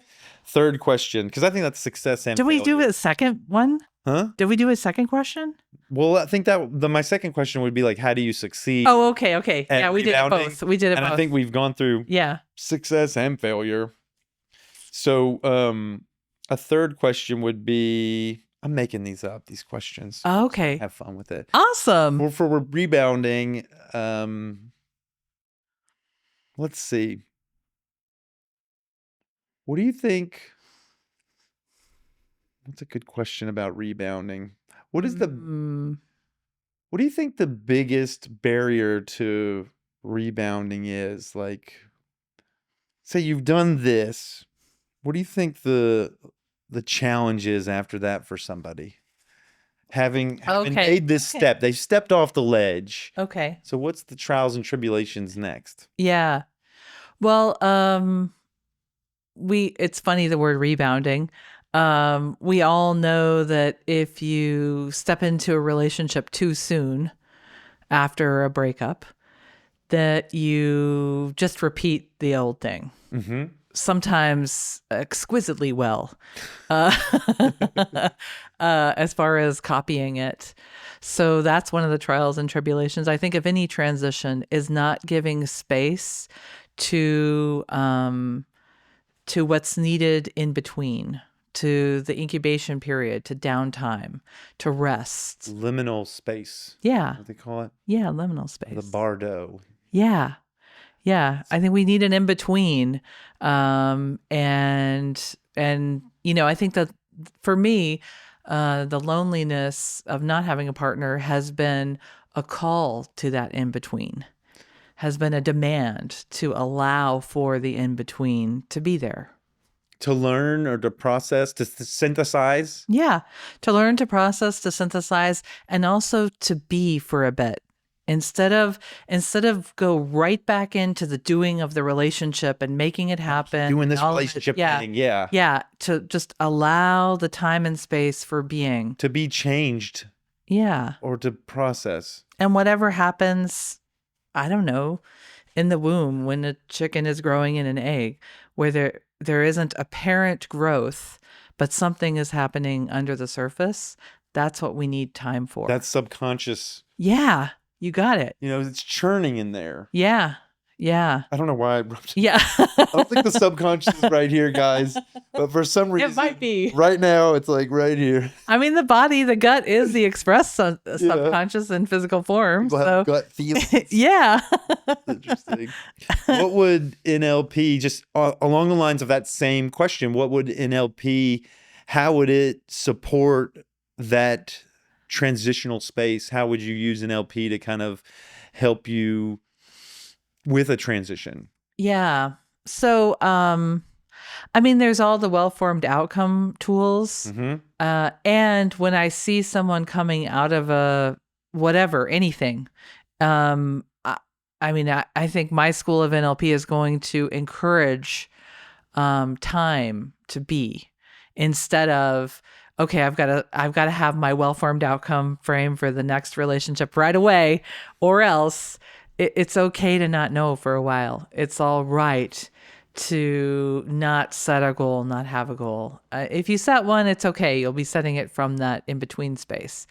But it's even better to just let go of that for a bit and maybe turn inward more, so that it's more about sensing what I'm feeling Mm-hmm. and what I'm thinking and all the things like that. Yeah. Yeah. So taking time, not trying to jump over. For some reason, what I thought was going across a river, Yeah. and one shore is this thing you're leaving, and then this new shore is the one you're going to. You're not going to start walking as if you're on land. You're going to navigate the river. But yeah. Right on. Navigate the river of transition, Nice. as opposed to start walking in the boat. You're not going to be at the other shore. It's going to take a little bit of time. Yeah, I love that. That's such a great metaphor. Awesome. Yeah. You are masterful at rebounding. Yeah. Have that respite too, a little bit of time to repair or to rest. Yeah. Yeah. And also to feel what it's like to be in the between. To really sense into that, which is different, whatever it is. If I'm leaving a group or a relationship, or I got invited to leave, then, it's okay to not have the next thing done right away. Yeah. Yeah. Maybe be with sadness. Yeah. The Buddha said, I learned this from one of the people I've interviewed, don't turn away from suffering. Yeah. Don't turn away from it. There's a lesson to learn there. There's some growth there in the suffering. Yeah. And it's okay to find a sad movie or a sad song and feel that. Yeah. Be with that. Yeah. Yeah. Jamie Nichols says, tears are the lubricant of the soul. Yeah. I like that. Yeah. Yeah. Sweet. Okay. Question 4.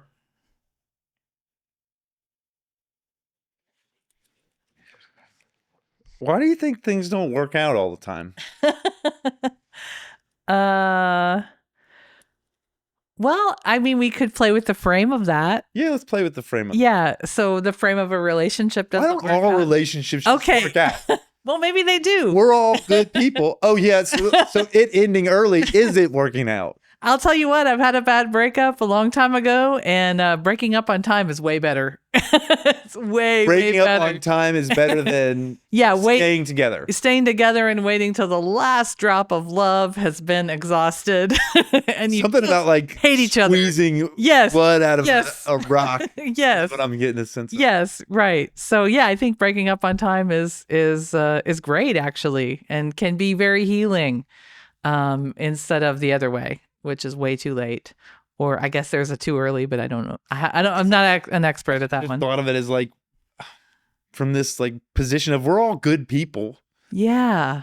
We're all wanting the same thing. Yeah. I assume Yeah. that we're all loving, compassionate, caring, Yeah. empathetic at our root. Yeah. We all were babies once and wanted the love of our mother or the Yeah. the time with our father. And where do we get lost along the way to where we don't see that, I don't know, that like optimal self in the other person and bring it out of each other and it work? Why do relationships just don't work all over the place? Yeah. Whether it's business relationships or all these others, I don't. Yeah. Yeah. So the last weekend of Tom Best's life, I was in a class with him, and we were out in nature under these catalpa trees. I don't know if you know this tree, but they have giant heart-shaped leaves. We were in this catalpa grove in spring. It was April. And he was teaching on these senses beyond the 5 senses. And one is the sense of of revelation. And we all know when someone's speaking from the heart and someone's listening from the heart, something special arises between two people or a group. Both things have to be present. Someone speaking from the heart and listening from the heart for this sense of revelation to occur. Mm-hmm. And we all know, we can kind of feel it even if we don't have a name for it. It's this this thing that arises. And he was teaching about this. We were in a circle outside. And I hadn't asked a question in years. I've been assisting so long. I just hadn't asked a question in the class. And I said, Tom, why don't we do that? Why do we get lost? All the time, yeah. Yeah, why do we do get that all the time? Yeah, why do we get lost in like the to-do list? Brain and thinking. Yeah, right. And the anxiety. The past or the future. Exactly. Why don't we just stay What's right up with here that? in the present and speak our heart? Yeah. Yeah. So I asked him that, and something kind of interesting happened. He brought his chair over, not something he would usually did all the time. He brought his chair over right where I was, and I could tell he was going to say something important. So I like threw back my hat. I was like, okay, cool. Tom's going to give me something cool. I just wanted to receive it all. Yeah. And my sense of what happened is his sense of self, instead of being like here, it was really big.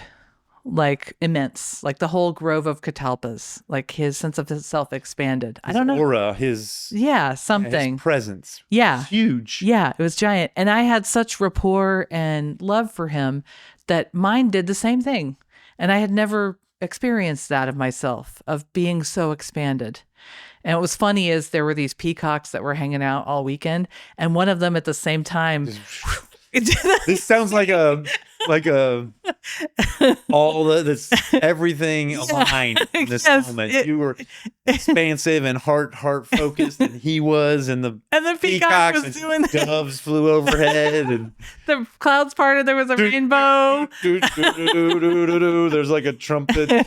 Yeah. So it was just kind of a moment in nature, and he taught some on that, and what was interesting is and then he was done and went back to his, and he was very gentle, even though he moved close. What was his answer?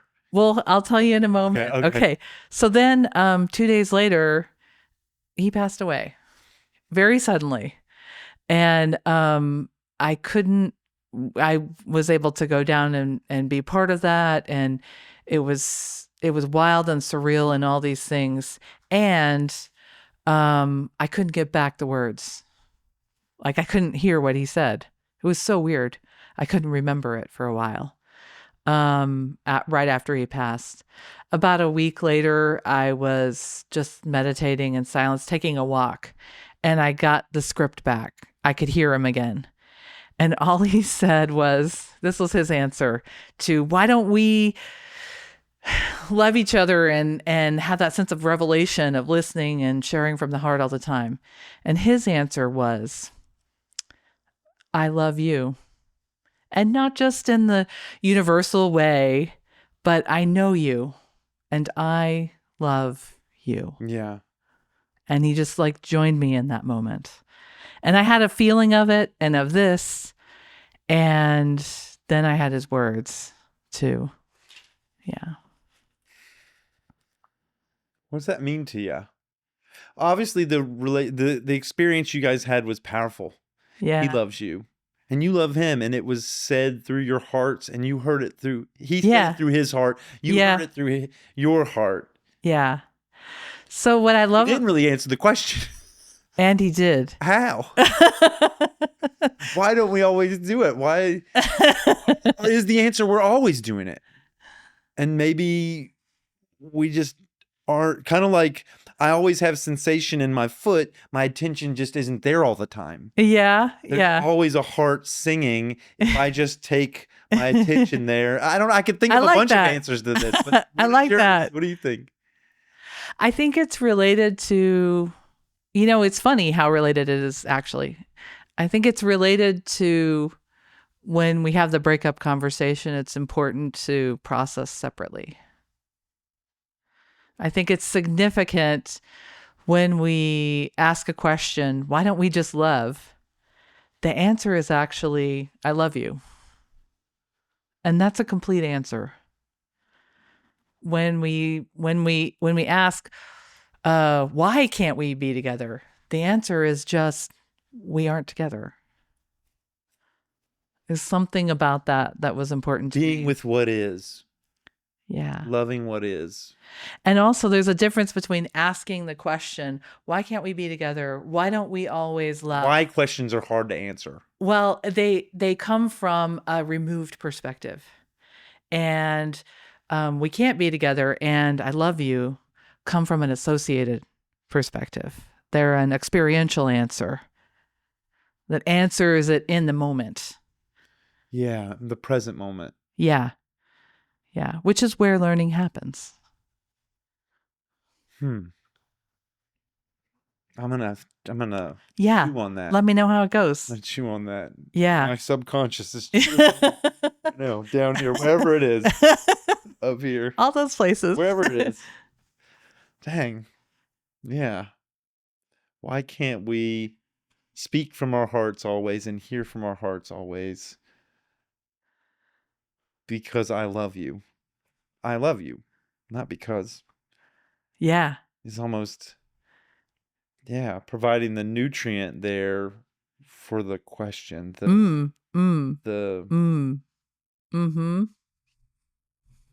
Yeah, it's interesting. It speaks to the underlying longing. Yeah. Yeah. That's what I had, because in the question, what you're saying is there's a lack here, and that lack is probably through, I'm brainstorming here, through your mind in that moment being in the past or in the future.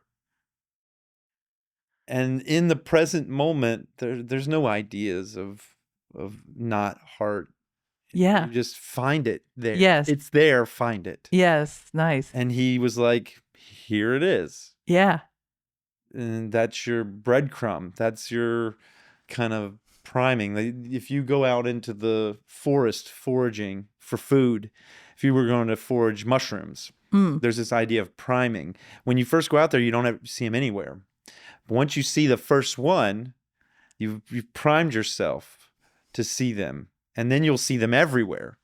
And so maybe what he was doing was priming you. Yeah. See, here it is. Now see this everywhere. Yeah. Yeah. I love that. I love that. Yeah. Let me know how it goes with your ponderings. I can't wait to hear more. I like that.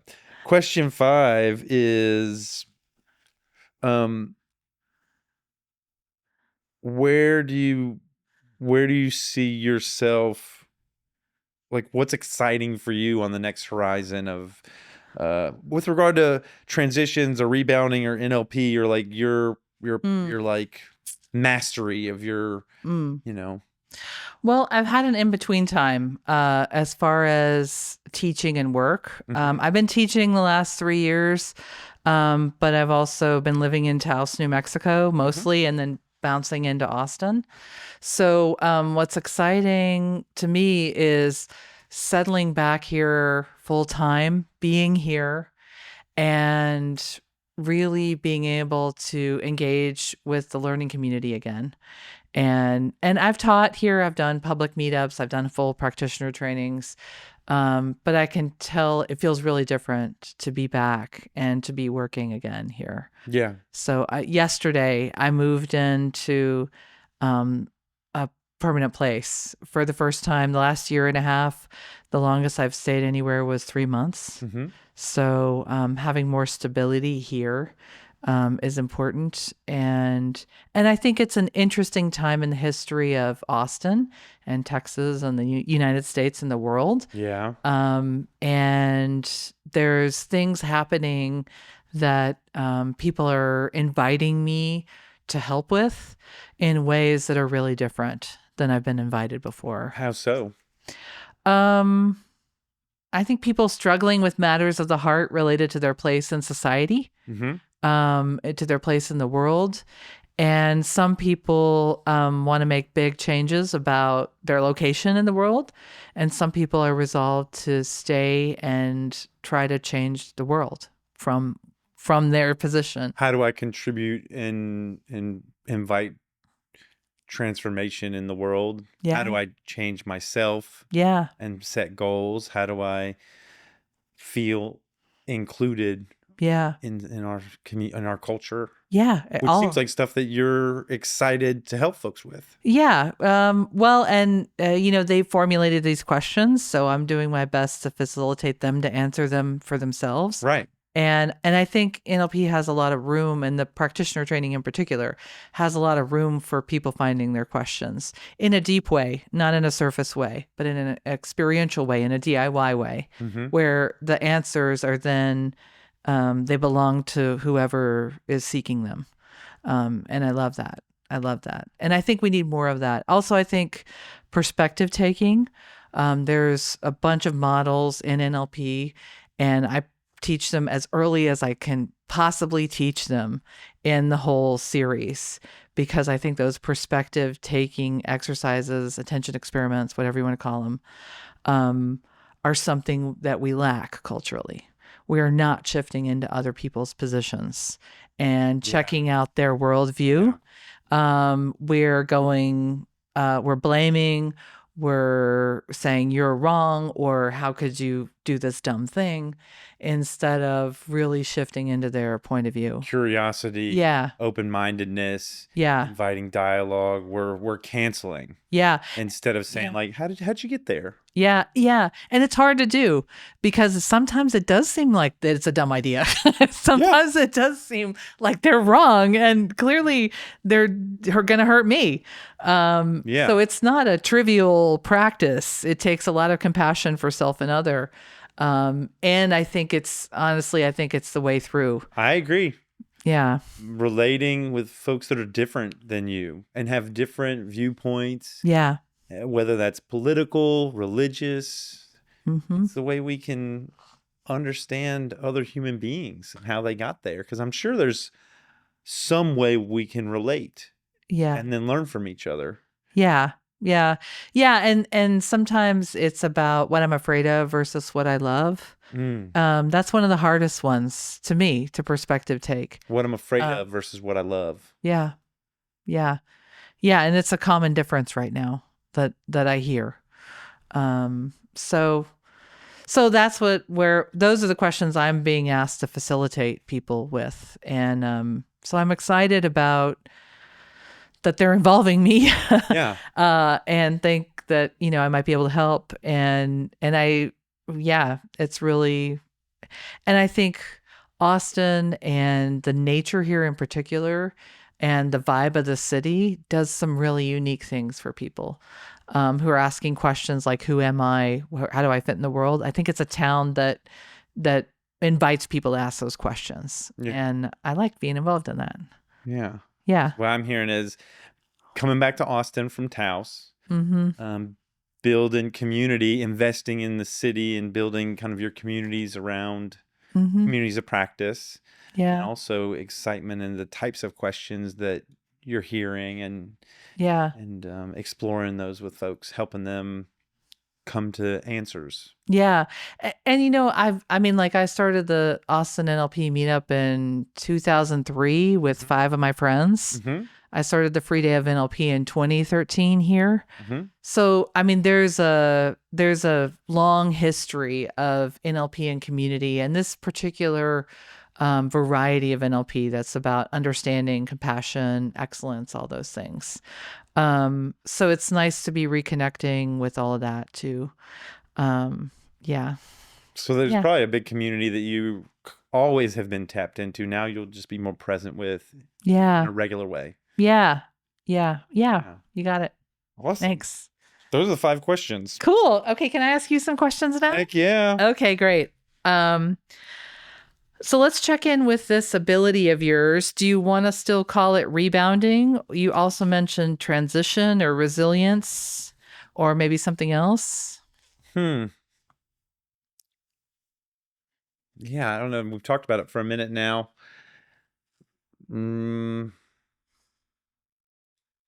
Can you choose a particularly good example of when you did this? Well, I think, I don't know maybe being with uncertainty. Okay, great. And the reason I say that is because the last time I got laid off from my job, about, before I started all this, I got laid off from my job. I'd done software for 10 years and, taught myself Mm, how to do software and worked my way up by working at any job I could get. And then at the end of that, really realizing through looking inward at my family, my daughters, and like what was going on, mm, that it didn't feel good to me. And finding this platform to start to contribute to the world in a different way, and putting all of my energy and all of my, passion and excitement and time into it. So, yeah, maybe that's a better mm. way to look at it. Being with uncertainty. Yeah, because I'm not on another lily pad yet. It's Okay. like, you're a frog and you're jumping in, like there's some bit of like blind faith Mm, that if I mm, pour my heart and soul into something, if I follow my passion, if I mm, do it with exuberance, if I do all the things, there'll be mm, a lily pad there. mm, I'm kind of jumping mm, blindly, like a blind frog mm. jumping from one lily pad to the next. Okay. Okay. So being with that uncertainty. So, can you take me into a moment of that whole process of being laid off and realizing, looking inward, and really feeling that this wasn't that software wasn't the right thing for you, for your daughters, all that? Um, can you take me into a particular moment of that you think is especially about being with uncertainty? A moment of it. For some reason, what Mm, came up for me was, so my daughters are turning, they're 12 and 16, and I was feeling a lot of overwhelm as a mm, parent, as a single parent, and not really knowing how to be with the wild swings of emotions mm, in the house. They My older daughter had started menstruating, and my younger daughter, she had just started. So I had two children that were being flooded with mm. emotions, and I realized that I really didn't have the tools to stay grounded through that. And when I would go to great overwhelm, I would parent from a place of the historic trauma that I experienced as a kid, and I didn't think it was good. Yeah. It wasn't good. Okay. And so then I started looking at my whole life Hmm. of like, what are the choices I'm making? Am I supporting myself in every area of my life? Am I following my passion and my Mm, aliveness with my work, my profession, mm, right livelihood? In mm, Buddhism, they call it right livelihood. Am I living a mission that I'm excited about? I just started to look at every aspect of my life in order to support what felt like a big movement for me that needed to occur, to be able to parent and show up for them in a positive way and hold space mm, mm, for the mm, big emotions that would occur in the house. mm. Okay. Teenage girls. Okay. Okay. So when you're a specific example of holding space with big emotions, is there one of those that you feel comfortable working with? An example, like when it would Yeah. happen. Mm-hmm. Oh, when And when you were successfully being with uncertainty. yeah, Mm-hmm. I think my younger daughter, she's got ADHD like I do, Mm, and I've learned a lot over the last, year or so. I've changed the way I've responded. mm, Sometimes it seems like she's making choices designed to escalate the situation. Like, it'd be an example of that would be, I'd take away something as a natural consequence for something that she had done. Oh, here's the natural consequence. I shared with you beforehand that this would happen if mm, if this happens, and I would do it. And then she would escalate in a lot of really exciting ways, whether it's cussing at me, mm-hmm. directly, telling me F you, Mm. whether it's like going into my room and saying, I'm going to go look all throughout this room and find that thing and take it back. Mm. And there was some, for me, I think, settling in and just saying, like, I'm not going to physically stop you from Mm. doing what you're going to do. Mm. I'm going to be here with you. I'm going to sit here in the room. And I would just like start cleaning my room and Mm. just be in the room. I would ask her to leave. I'd ask her, not to do that. Mm. But, I think earlier I would physically stop her or Mm. physically take her phone Mm. or do things that I think were Mm. aggressive Mm-hmm. instead of I'm finding ways where I don't have to do that, Mm. but I can provide a natural consequence. Mm-hmm. And as she escalates, maybe de-escalate myself and be with her excitement. Mm-hmm. Does that make sense? Yeah. Yeah. I heard several things like really settling in and being with her in whatever she's having. And you mentioned de-escalating yourself while she escalates. And there's something about being with that seems Yeah. really significant. So when you normally go about being with her in those moments, how do you do that? Normally, Yeah. it's changed so much. Okay. Well, what's a version that you're happy with? I think it's being calm, Mm-hmm. feeling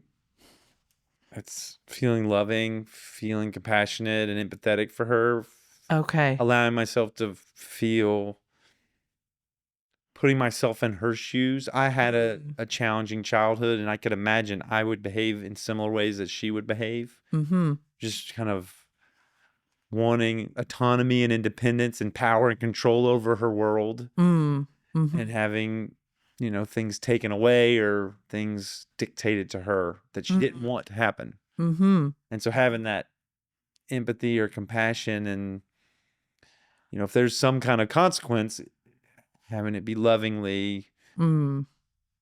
lovingly provided in the same way that, we talked about the rebound, that's some way of changing or setting the boundaries and expectations in a loving way. Mm-hmm. Great. Great. Yeah, I think that that's an amazing ability, being able to be loving and compassionate while your kid is having a big reaction. Mm-hmm. Yeah, and joining them in the experience as far as being with them Yeah. in that. Yeah. What do you do when that isn't working? When you can't be calm or compassionate in those moments?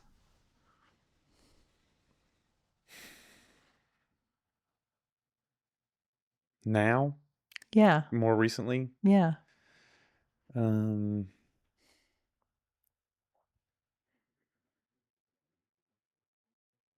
probably feel overwhelmed. So what Okay. does overwhelm look like for me is probably the Yeah. question. Um, And you feel overwhelmed, and then what do you do? yeah, the coping strategies. How do I cope Yeah. with that overwhelm? Yeah.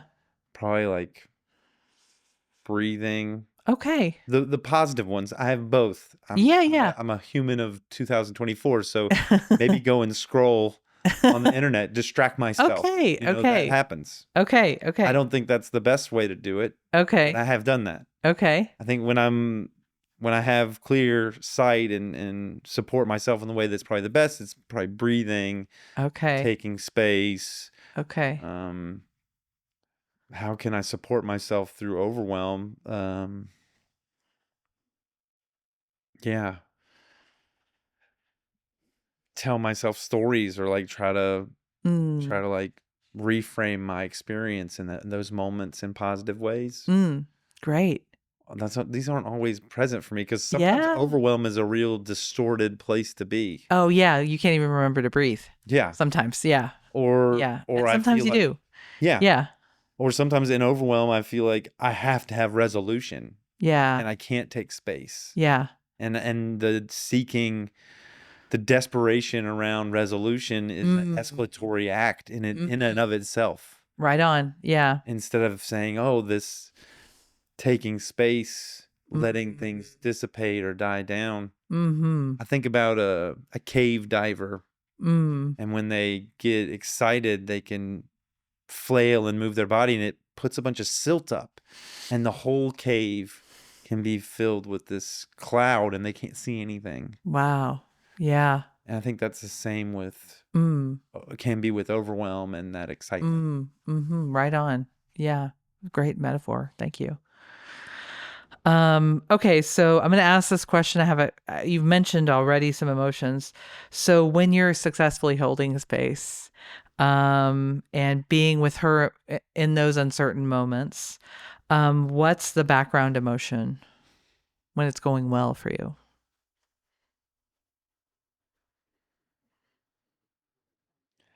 Dang, that's a tough one. I think whenever these things happen, I feel a lot of sadness. Okay. I feel a lot of guilt and Mm. shame Mm-hmm. that there's these stories I tell myself that if I was being a good parent, she Mm. wouldn't be in this situation. Mm. Mm-hmm. Like I would be able to keto Yeah. to keto all these moments and Yeah. redirect or Yeah. and we wouldn't be here. Yeah. Yeah. Um, Yeah. but It's even that. when it goes well, I feel like I'm at fault Mm-hmm. for it getting to where it got. Yeah. Yeah, it's that if only I could or if only I would have thinking we were talking about Yep. earlier. Yeah. When you're able to stay calm, you had mentioned love and compassion. Hmm. Are those there sometimes? Yeah. Okay. Yeah. Yeah. It's something I'm working on. Yeah. Having that be there more and more Nice. self-compassion, Yeah. self-love, and also compassion for Yeah. my daughters. When you feel that kind of compassion, whereabouts is it in or around your body? On my chest, I think. Okay. Yeah. Okay. And does it have a size or a shape there? Um, I mean, it's probably around my heart. Okay. It's Yeah. around your heart. Yeah. Yeah. And are there other qualities like temperature or color? It's just as you tap into It it, seems red. I it don't know. seems For some red. reason, it's like a heart. Okay. It's like Awesome. it is a heart. Okay. So like it's Cool. either pink or red or some kind of Yeah. yeah. Yeah. And so as you continue to And it's warm. Yeah. nice, it's warm. Yeah. Okay. Great. Is there any movement there? As I think about it now, Yeah. Or as you go into it now?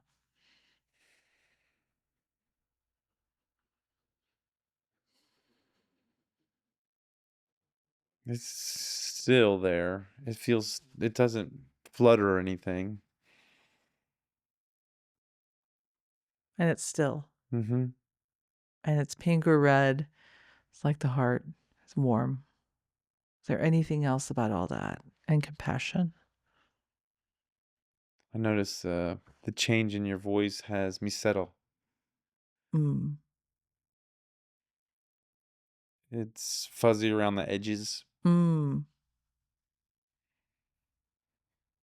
And it's fuzzy around the edges. Maybe it's this invitation to take my awareness into my body Hmm. and less into my mind. This Hmm. being there in my chest has a quality to it of softening, Hmm. or I feel softened. Hmm. And you feel softened. Hmm. Hmm.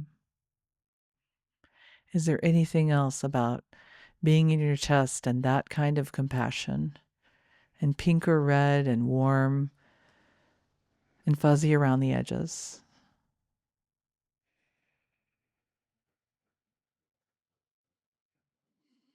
Yeah, there's like I just noticed I shimmy my, there's a playfulness somewhere back there behind it all. And there's a playfulness. Seems like when I'm in that Uh, space, it's okay to play. Ah, nice. And it's back there. Uh, Back behind the heart, back okay. behind this. Yep. I shimmied my shoulders. I'm almost an investigator going like, what does that mean? I think it means there's like a dog that wags its tail at some point. Okay, nice. And whereabouts back there is that playfulness? It's behind that Okay. heart center. Okay, It's great. behind that. And is there a size or a shape to playfulness? No, it's Okay. expansive. It's expansive. Yeah. Okay. Nice. And the shimmy of your shoulders. Mm-hmm. Go dog wagon. Okay. And is there anything else about all that compassion and playfulness? Anything else about it? Yeah, happiness. There's a happiness to it. Okay. And happiness. Nice.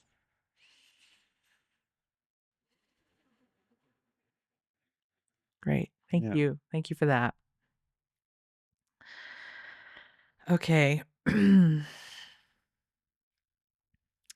So when there's not that compassion and playfulness and happiness, what triggers you to let you know that that isn't engaged?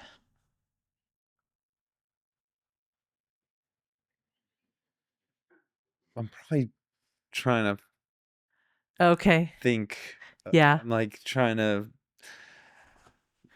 think about stuff or find a Yeah. plan or And how can you tell when you're trying to think about things? when I'm oh what's happening is I'm relying on control or like obedience or some Mm. kind of compliance in order to know that I'm okay Okay. because I Okay. feel out of control. Okay. And when that stuff is happening, I'm Mm. not engaged with Mm. the love and the compassion. It's like, Mm-hmm. oh, I just need to know that I'm okay, that I can Mm-hmm. control the situation Mm-hmm. and the system the information that lets me know that is like compliance. Mm-hmm. Like people Mm-hmm. doing what I'm telling them to do, you know. Yeah. Yeah. Got it. And I got a little Buddha. Yeah. My daughter's a little Buddha. She's Oh about to yeah. teach me. Oh yeah. Oh, Yeah, she's inviting you over and over to move into the space of the heart, yeah. to the compassion, to the playfulness, Yeah. happiness. Because I think that probably is a remedy Yeah. for her Okay. Okay. and for me. Yeah. Yeah. I can be really logical. I can be in my head a Mm-hmm. lot Mm-hmm. and Mm-hmm. not in my heart and not in my body Mm-hmm. and miss things, I think. Yeah. Yeah. Thank you. Yeah. Okay, so let's talk about being with uncertainty, holding space, and this compassion and playfulness and happiness. What's that's like what? That compassion and playfulness and happiness. What's a metaphor for that? A metaphor for that would be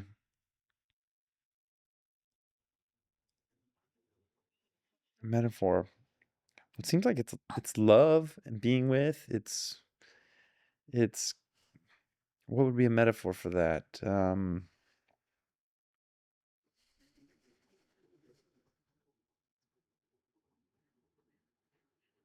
I don't know. You wouldn't be angry at a wounded bird. Yeah. You would Yeah. love Yeah. it and you would want to Yeah. heal it. Yeah. And for some reason, I see the expressions as Mm. not that. Mhm. Mhm. It's helpful to think of, oh, Mm. this person's experiencing trauma. They're wounded right now Yeah. and they need love. The remedy for that is love and compassion, not more control and obedience, not more. Yeah. And there's Yeah. probably a time and place for control and not control, but time and place for order, Yeah. like the yin and yang. Yeah. Yeah. And that's not it. That's probably not the time and place for it. Yeah. Yeah. Might not even be able to exist there in its truest form. Yeah. Something else is happening. It's like a copy of that. It's like a inadequate copy. Say more about that. Like real obedience can't occur if I am if I don't have control. Like, or that kind of structure or discipline or And form. obedience probably occurs in a safe environment Yeah. where you feel Yes. trusting of the person that you're Yeah. giving obedience to. Mm-hmm. They're not Yeah. going to hurt me. Yeah. I trust them. I'm going to follow their lead, Yeah. as opposed to, oh, I'm scared. Mm-hmm. I'm going to Right. do what this person that's scaring me says to do. Right. And that's it's a survival technique. Yeah. So Fight, flight, fawn. fawn, freeze. Mm-hmm. Mm-hmm. Okay, so if this kind of compassion and the playfulness and happiness, if that's an answer, what's the question? If that's the answer, what's the question? Question.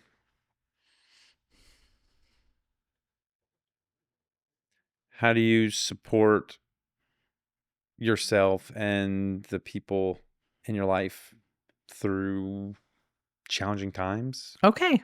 Okay, how do you support yourself and the people in your life through challenging times? Mm-hmm. Okay, cool.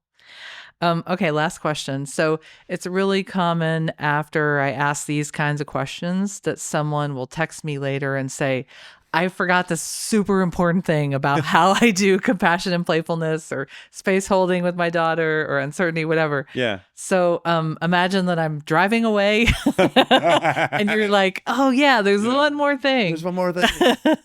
Anything come to mind? That's funny.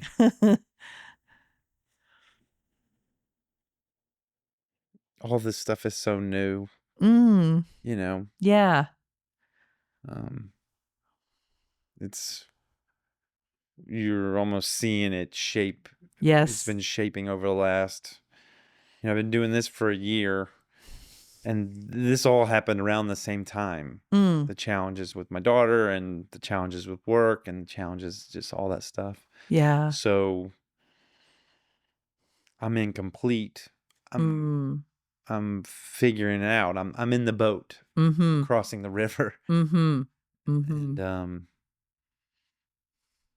I don't know what'll arrive on the other shore, but I think it'll be a lot better Yeah. Okay. than what left. Okay. Okay. And it's all really new. Yeah, Yeah. it's Got it. it's new. Thank you. Yeah, Okay. So those are some NLP modeling questions. yeah, And as you watch this back later, you may notice things about your model of compassion and playfulness that you find helpful and that you want to do more of.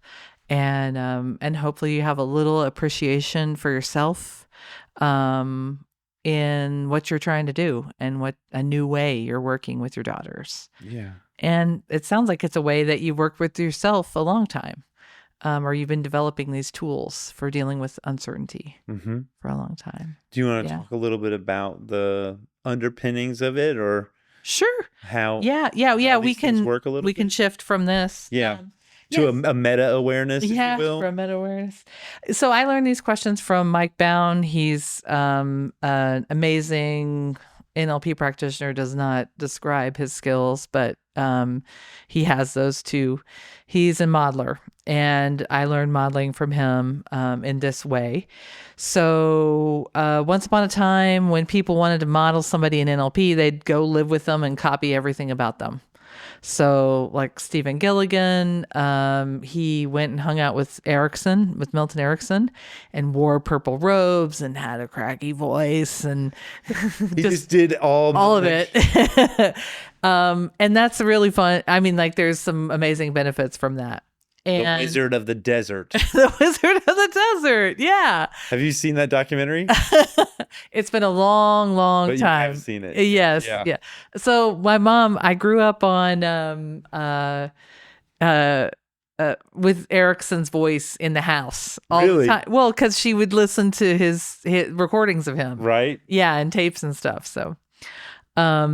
So then David Gordon and Graham Dawes released a book that was a shorter form of modeling, where you could really get into somebody's worldview, not just by watching them from the outside, but like by a line of questioning that was more efficient, where you could get to the heart of their ability more quickly.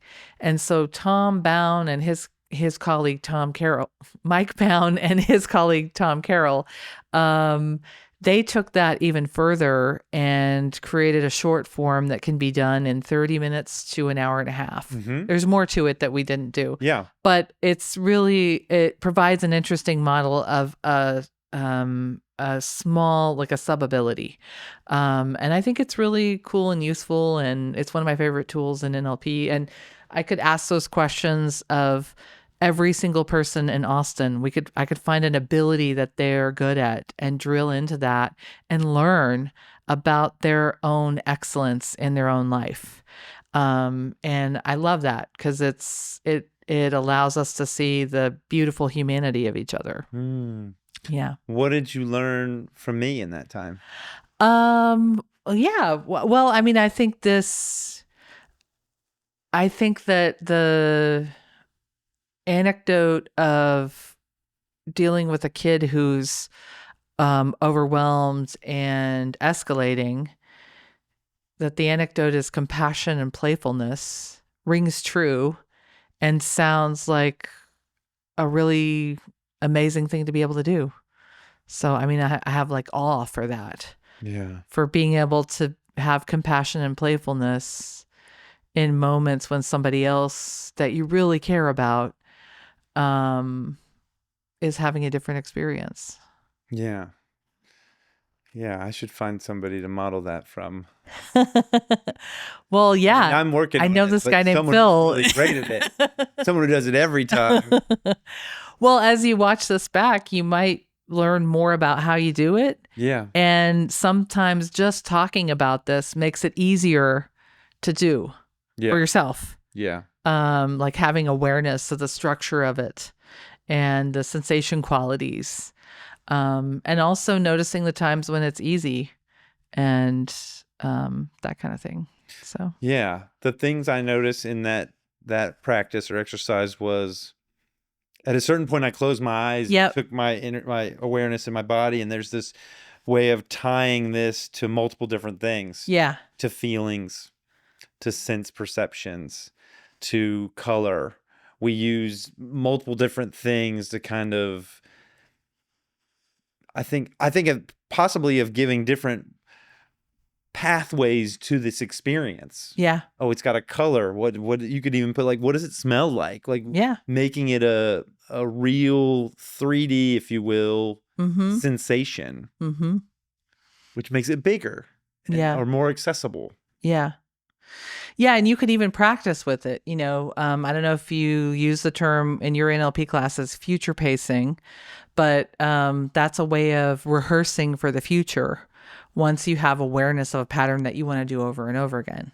Yeah. So it's a really beautiful pattern. It's not like a bummer to practice. But yeah, we could practice it right now if you like. Future pacing? Future pacing, yeah. It's just practicing for the future. Heck yeah. Okay. Let's future pace. Okay, so let's just practice that sense first. So just if you want, you can close your eyes and go inward and notice what it's like when you put your attention in the region of the heart with that compassion. And just notice if it's, helpful to see the pink or the red and the fuzzy edges. Feel the warmth. And that there's a stillness there. And just allow yourself to feel that for 3 breaths.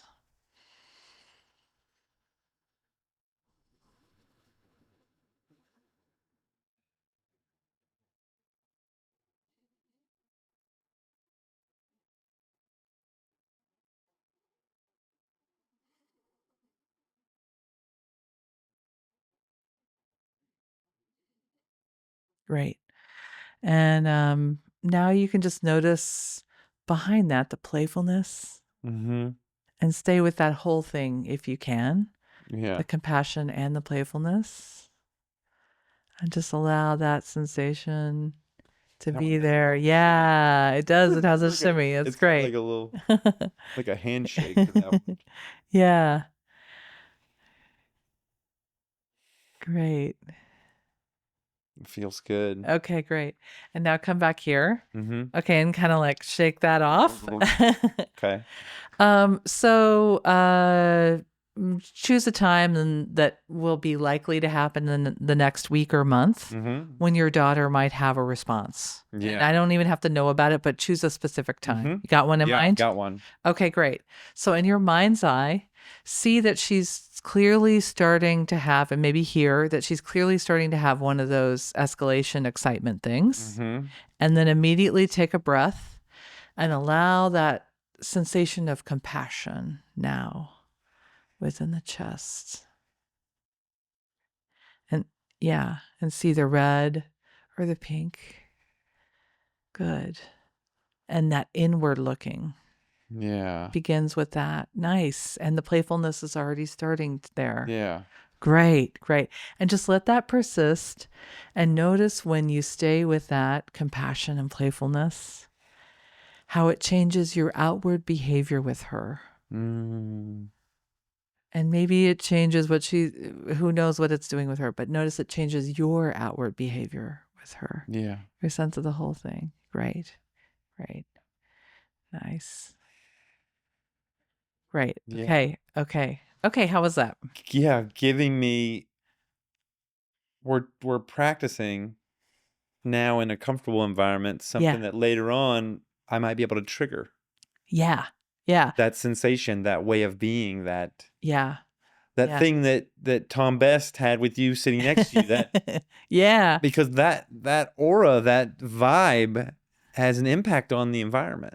Yes. I Yes. mean, shoot Yeah. my arms at my daughter's, it'll be a little different Yeah. than Yeah. if I'm, Yeah. Yeah. And the things we used to think of as problems or this external thing that's happening that I don't like actually becomes the reminder to move to compassion and playfulness. Yes. And yeah, and that to me, that's very good NLP. That's the programming part of where I'm bothering to rehearse the most important moments of my life, bothering to rehearse these positive states of being so that I can be more myself and help others more. So let's practice it one more time. Okay. So choose a different time that's likely to happen, and you might just be guessing. Yeah, no, I'm not Yeah, guessing. It'll be a okay. time when I tell her it's time to get off of her phone for a little bit. Okay. These kids these days, Kids these they do days. not want to get off their phone, y'all. Oh man. You guys may be watching this on. So get off of it after you watch this. Okay. So go into one of those times and notice seeing and hearing at the very beginning, the first sign that there might be some excitement, escalation from her. Great. And just go right into that inward and compassion. Great. And the red and pink, soft edges. Yeah. And the playfulness is already showing up. Nice. And just let that persist. And notice that the more you have that, the more it changes your behavior in that future moment with your daughter. Yeah. Yeah. And just let that play forward to the end of the movie, noticing how things are different for you at the end. Yeah. Great. Yeah. Okay. Nice. Yeah. And maybe you have some practices you do every day. I don't know. Like I always drink coffee. I'm almost always in nature in the morning. If you wanted to, you could do this little visualization. As a practice every morning. Yeah. Part of a morning routine. Yeah, exactly. You could just link it to one of the other things you do. Because then what we're doing is we're anchoring. Yes, we're anchoring. Yeah. Yes. Right. Yes. Yeah. NLP word. Yeah. Yeah. And NLP word for anchoring means like, so you could probably explain it more than I will, but I'll give my best and you can fill in the places where I miss. But anchoring is like, I've got this experience with my daughter, these challenging moments, and now I'm anchoring those challenging moments or even the precursors to them. Yes. The very beginning of them. Yes. To a state. Yes. A state of mind, a state of body. My ideal state. Yeah. And so now if we anchor these two, when that happens in the present, when I start to see this, I can then have that state of compassion, that state of love, that state of playfulness as a resource. Yes. To meet the experience differently in an ideal way. Yes. And the reason we practice is we'd really like that to happen fairly automatically. Because in the moment, we're not necessarily thinking ourselves through what we want to do.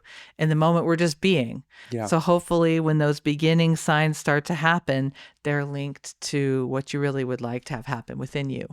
Kind of Yeah. like karate, Yeah. where it's muscle memory. Yes. Right. You shoot the baskets when you do the free throws in your mind. You always make the goal. Well, yeah. Yeah. Well, there was that study where they had a control group that practiced the piano on a piano, Oh, and cool. they had another group that practiced the piano in their mind. Oh. And they found that both of them learned the piano. Oh my gosh, that's so cool. Which makes sense because if you look at Buddhism, the Yogacara school of Buddhism, the mind-only school, they believe that there is no physical reality. It's all mind. Yeah. So Yeah. the act of visualizing, I think, is a really powerful tool. Yes. And we're using visualization and we're using anchoring together. Yes. Yeah. And somatic self. We're using the somatic felt experience. sense. Yeah. Yes. It's Because so we've good. got a place in our body, Yeah. giving it a location, a Warmth. color, Yeah. warmth, a Still. feeling. Yeah. And then we got some movement associated Yeah. with it. All that stuff we tether to an ideal or optimal state. Yeah. Yeah. Nice. I love your teaching on anchoring. I Dude. can't wait to learn more from you. Awesome. Oh my God. Okay, we'll play a game. Okay, great. We'll play. Oh, let's do it. Let's do tarot cards before you tell us a little bit more about your life story. Oh, good. But play a little game beforehand. Okay. Let's play a Improv game. Okay. Sound ball. I invite 3 of them I tend to offer. Sound ball, mirror cat, or 1, 2, 3. You pick. I'm happy with Let's do sound ball. I think that's fun. I think sound ball invites a lot of silliness. Okay, great. People like. Improv is about yes and. Okay. And these are warm-up games. Great. So they invite rapport, relating, but also participation, engagement, and getting out of kind of the normal. Okay. I go to the bank, I get groceries. It's Okay. silliness. I do an interview. I do interviews. People will think I'm smart. I use words. Yeah. Into the start of this game, I've got the focus of it. I'm going to pass the focus to you by making up a sound and making up a gesture. They go together. Okay. You say yes. Okay, yes. You receive those. You don't literally say yes. The way you say yes the way you say yes is by mirroring the sound and the gesture with your body. Okay. And then you say and. Improv is all about yes and. Yeah. Life, I think, is all about yes and. Right on. Relationships is about yes and. Yeah. Yes. Accepting the present moment, saying yes to it, and then adding something to it. Okay, cool. Adding, like contributing. Okay. But first is like acceptance, like loving what is. Okay. Saying yes to it. And you can say yes with a no. Yes. That's a whole nother area. Right on. And there's 2 ways to approach it is through exploration and heightening, which I think is also part of life. Cool. And we'll explore those as we play this game. Okay, great. So I send you a sound. You say yes by repeating the sound. Okay. And the gesture. You say and by coming up with your own sound and gesture and passing it back to me. Okay. And then we go back and forth. Okay, great. Okay. Okay. So. Woo, woo, woo, woo, woo. Woo, woo, woo, woo, woo. Oh, and I and. Okay. Boing, oing, oing, oing, oing. Boing, oing, oing, oing, oing, oing. Ah. Boing. Bang.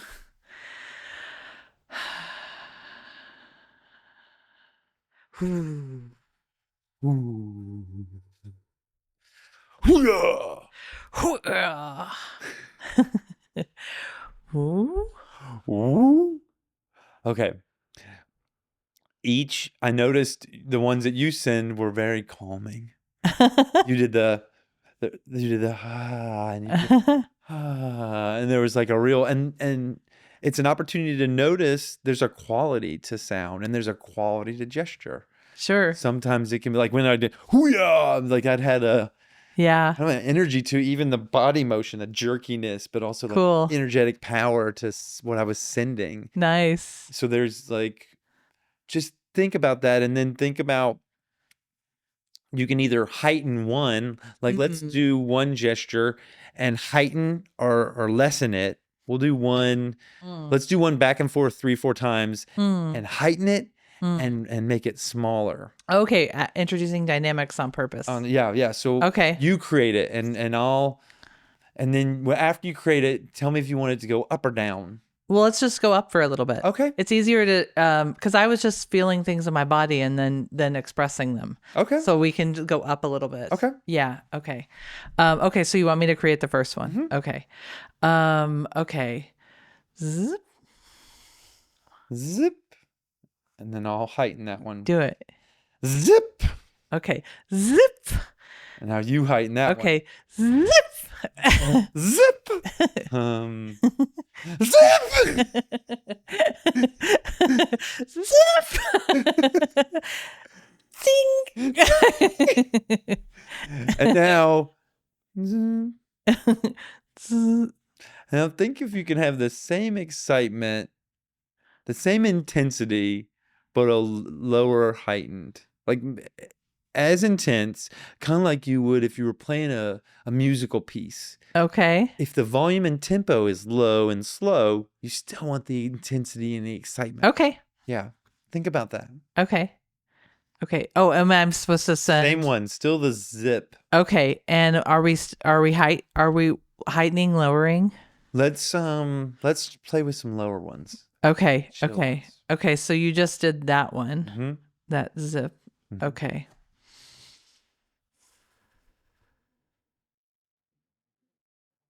Okay. Zip. Zip. Zzz. Z- Now let's play with exploration. Okay. So we have heightening, which is kind of the dynamic up or down, like how intense and exciting it is. Now let's play around it. Okay. So the endowment or the idea is zip. Okay. So I'm going to explore around that. I'll come up with the first one. Okay. Zzz. Okay.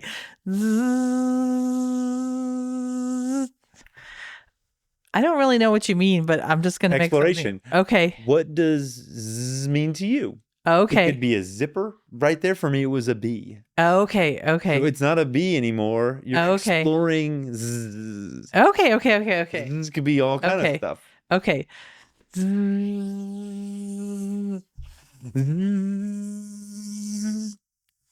Let me think.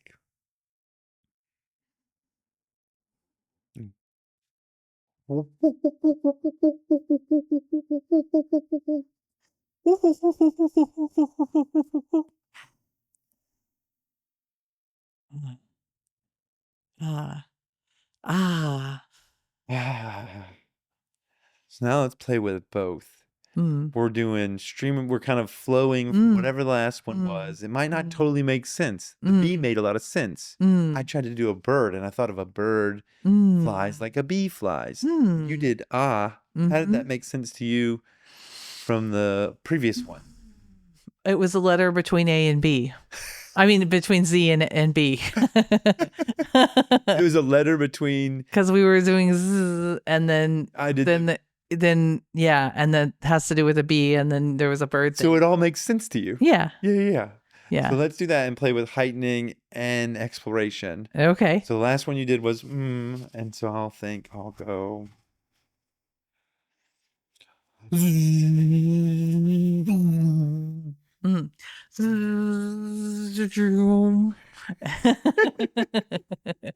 Mm. Mm.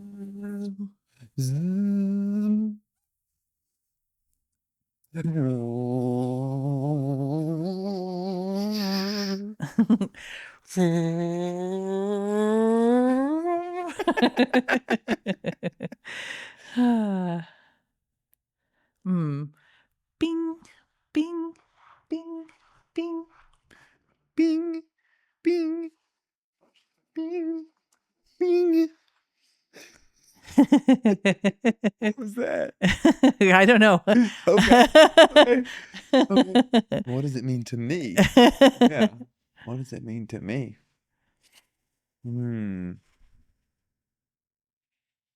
Let's see. Hmm.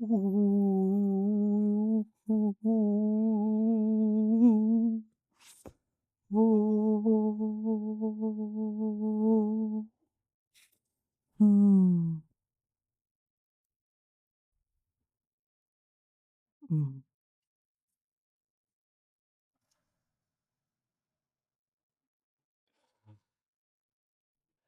The thing I think about with this game, oh yeah, pat yourself on your back. You played sound ball. The game I thought maybe we'll try a couple times, it's called Mind Meld, Okay. also called Convergence. Okay. I've never played this with someone on the show, but I think we can try it. Okay. The idea is that we will converge or have a mind meld. We'll get to the same word. Okay. And this is an exercise of kind of moving towards each other or finding what's common, what's normal between us and finding some commonality or something. Okay. We'll say this a word Okay. at the count of 3, and then we'll use those 2 words to influence the next word we both say. Okay. This might work and it might not. We're going to try it for a little bit and see Okay, what happens. cool. Okay. So we count to 1, 2, 3 together. Okay. And then we say a word. Okay. Don't think of the word now. Okay. Okay. Blank mind. Okay. But for the second word, you'll think of the previous words we both said and let that influence the next word. Okay. So 1, 2, 3. Apple. What? No way. You said apple? What? I said apple. Yeah.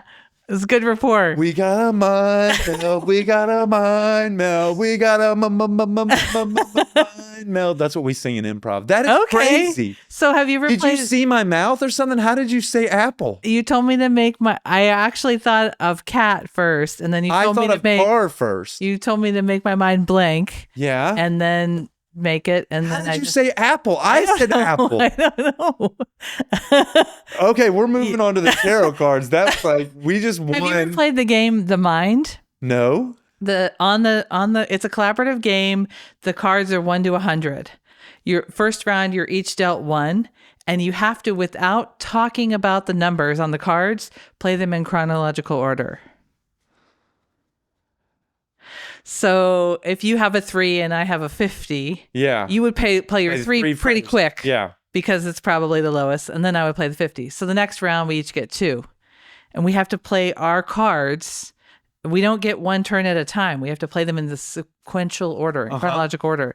So we have to learn how to read each other in the context of the game. It's so fun. We play an improv game that I think of an improv game that we play called 21. Oh, cool. You have a circle of people. Yeah. Any amount of number of people. I've played this with 5 people. I've played this with 20. I've played it with 30. Oh, wow. You count to 21. Okay. But at any point when 2 people say the same number at the same time, you go back to 1. Oh, okay. Okay, cool. So it's an exercise of like awareness. Who's going to say something? Peripheral vision. How do you know when, just kind of like you feel it? Yeah. And people get strategies. Like one person in the group will always say it really fast after the last one, or someone will you don't communicate. You don't tell people I'm about to say it. Yes. But you feel, the room. Yeah. Yeah. Fun. It's really fun. 21. Okay. I think you should shovel them. You're telling us your life story or getting into that. So you should pick the cards. Oh, okay. Okay. What I'm picking more than one card? How many do you want to do? How many do you want to pick? Oh, so next we're going to talk about my life story. Yeah. That face said like, what was that? Like you couldn't believe it, or fear, or just disbelief. Do we have the time for that? Once upon a time, it was storming. You talked about some of it at the beginning, like how you would sit in the back of the classes. Yes. What'd you get? 2 of Swords. Ooh, swords. Ooh. You know what swords are? That's like the intellect. Cool. And look, the crescent moon's on there and the ocean. Oh yeah, and look, it's like she's blind. Mm. She's got she's blinded. Yeah. And then there's the ocean, crescent moon. She's got two swords. Two often means like a pair, a Mm. couple. Mm. Mm. So some, Hmm. let's see, what do you see there? Other things do you see? Well, being with your back to the ocean is interesting. You know, they say never turn your back to the ocean. Really, why? Because it's mutable, it's changeable. Ooh, so it could come and just scoop you up. Or something. Yeah. Yeah. And I love the crescent moon. I'm always tracking on the moon. Yeah. Oh, and you know, the crossed arms, that's one of the somatic soothing ways. Ooh, yeah. Yeah. Yeah. Not so much the swords, but like It's to like a really bilateral Yeah. stimulation type of thing. Yeah. Yeah. It's the element of air. Swords are air. I'll tell you like a little bit about that Okay. suit. It's a cutting weapon is the intellect. It symbolizes rational thinking, logic, analysis, communication, and the power of the mind. Cool. It's very, very different than the cups. Heart. The Yeah. Queen of Cups. Yeah. Which you got. It's almost, yeah. And yeah, let's see. 2 from a numerology perspective is like partnership, union, balance, or imbalance. Okay. So the 2 of swords is, let's see here. Combined resources, courage, faith, friendship, conflict, and balance. Those are the key words to the Okay. 2 of swords. Cool. And it's the blind faith card. Mm. Blind faith. She's blinded Cool. there. It can represent courage and making decisions based on your own truth. And in some cases, spiritual guidance. Symbolizes balancing the right and the left hemispheres of your brain, combining intuition and intellect. It means that you might have a decision right now that demands both of these things. Intellect and the intuition.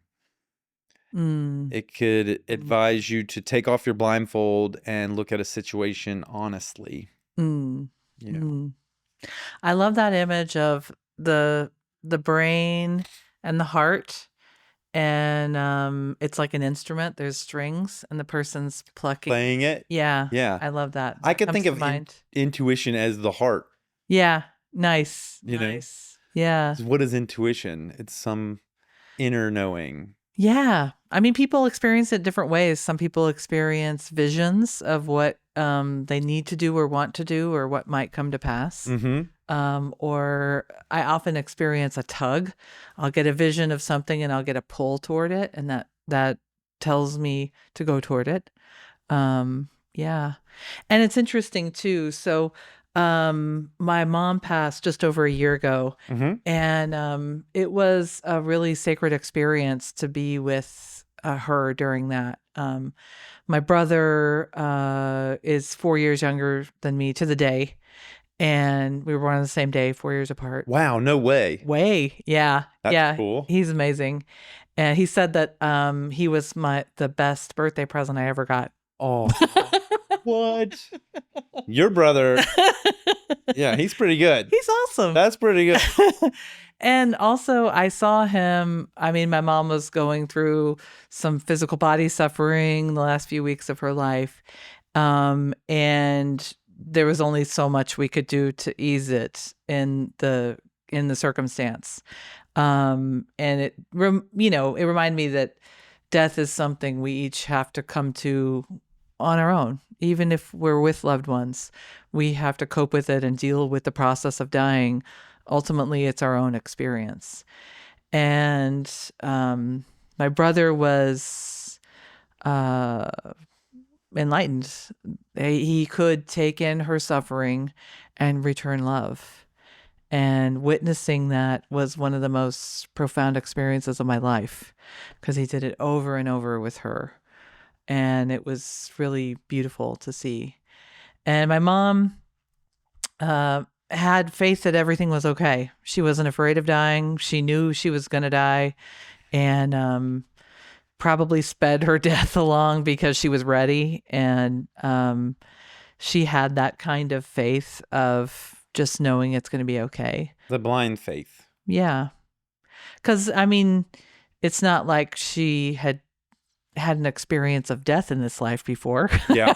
So, Yeah. She it's that being with uncertainty we talked about earlier. Yeah. And through a time of great suffering, lots of ups and downs. And so it was amazing to see her. It was amazing to see my brother, and what he is capable of, and just in that very pragmatic way. And, he read The Alchemist to her, and it's his favorite book. And she had me do a meditation with her called Easy Death, was imagining dying and your relatives escorting you over and going toward the light. And she had me do that over and over with her. And maybe to prepare you for that loss. Yeah, maybe it was for me. Yeah. I mean, I think she already was at peace. She's still your mom. Yeah, yeah. So she wanted me to know I did something good for her. So, yeah. So that's important to my life story because my mom is certainly important. She was just this amazing force of unconditional love and joy. And she made a lot of choices in her life to figure out how to work with her mental illness and her trauma so that she could have more joy and love and express that.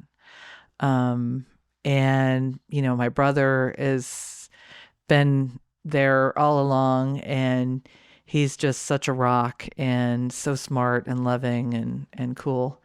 And my whole family is. My dad's amazing mind. And, when I was contemplating moving back to Texas, he did this super loving thing. He compiled statistics about different places to live in Texas and how it would be better for me to be here. And he sent me the statistics list. To me, it was him saying, I really love you and want you to come back to Texas. In his way. Yeah. And he's got an analytical mind. Yeah. And my stepmom is just always encouraging, and no matter what challenge I'm facing, she believes I can handle it. Mm-hmm. And I mean, it's amazing to have that kind of family.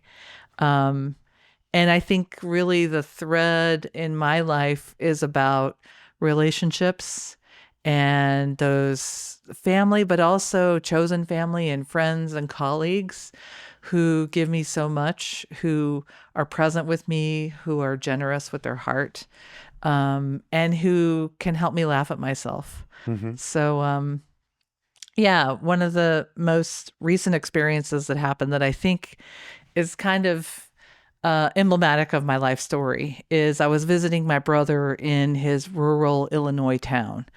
This is a town of 14,000 people, and it is 91% of the people who live there today lived there last year, and 91% of the people who live there today will live there next year. So Austin is like, I don't know, 60% or something. This is come and go. Yeah, this is the place people don't come and go. They stay their whole lives. Yeah. And generations. And the main bar in town is a half block from the railroad, and it was built in 1898 by Pabst Blue Ribbon. And it's like the classic bar you would see in a movie. Yeah. All dark wood, mirror in the back, little tiles on the floor, bar stools and booths. Yeah. So I walk in at lunch, Tuesday on 11:30. All the booths are full. I sit at the bar, order, eat, work a little. And this man comes up to me. He's in his 60s or 70s, floppy hat, big coat. And I look over and I can see 5 empties at the chair he came from. He's got some slurred speech. So he starts to chat me up and ask. In this town, people always ask, like, who do you know? 'Cause they want to find a common like Yeah. connection. So he asked that. We're chatting, and then he says like the worst possible political social stuff to me that a person could possibly say, like just the roughest stuff. I won't even say it. And I was totally taken aback. And I said, I have strong feelings about this issue. Would you like to hear them? Yeah. By the way, everyone says no. Everyone says, no, I don't want to hear them. Yeah. Except this guy. This guy goes, I have an open mind. And he like peels He back. did really have an open mind? Yes. So I told him what I thought. Look out. And he kind of received it, but you know, he had been drinking. And what happened after that was interesting. And I don't know why it happened, honestly. But he started telling me after I was like, okay, I need to stop talking about this. He started telling me about his service in the military and his PTSD and his trauma. And it was real. And I listened and believed him. And then this is what I said. So I swear I was trying to engage him at a higher level, at a deeper level. But what came out of my mouth in that improving moment was, I don't think you came over here to talk about politics. I think you came over here because you can tell that I have an adventurous heart, and deep inside you have an adventurous heart too. And as soon as it came out of my mouth, I was like, okay, that was a lot. That was a lot. Yeah. And I had to like kind of backpedal to get him to not give me his phone number. And but it came from a place of wanting to connect at a higher level, Yeah. you know, at a human level. Right. And I came back, told my brother about it. He was like, oh, so you talked to Dean. He knew exactly who it was in his town. And he started teasing me mercilessly about my adventurous heart. Yeah. And I think it's important that I can laugh at myself for like misspeaking or like going too deep. But also I do think I have an adventurous heart. I do love people as they are, and want to discover who they are in the moment. And in that moment, you endowed him with that same characteristic. Yeah. Even though what that would communicate to a dude 5 years in would be, you're down with a casual encounter. Yes. The first thing my brother said was, oh my God, did you sleep with Dean? I was like, no, I didn't. It was an accident. That's what that was. The underlying message there was, yeah. Oh my goodness. It's fascinating though. There's many fascinating things but I do think that story tells some of my life story adequately in that I make mistakes. I communicate the wrong thing all the time. And you communicated the right thing. Yes, right. Well, from here I did, but the way it was received. The message received is the message. Yeah, exactly. Yeah. And the message he probably got was not the one you were sending. What was funny is when I finally got the point across that no, I did not want his phone number and he left, the bartender and another person in the bar bought my lunch. They said, nobody has talked to Dean like a person since 2009. Oh. So they got it. They got it. So, yeah. Where'd you learn how to tell stories? Who'd you get that from? Oh, well, mostly from Tom Bess, my teacher, but taught through storytelling? Oh, yeah. Yeah. And I think good NLP teaches through storytelling. Like I introduce every single topic with a story.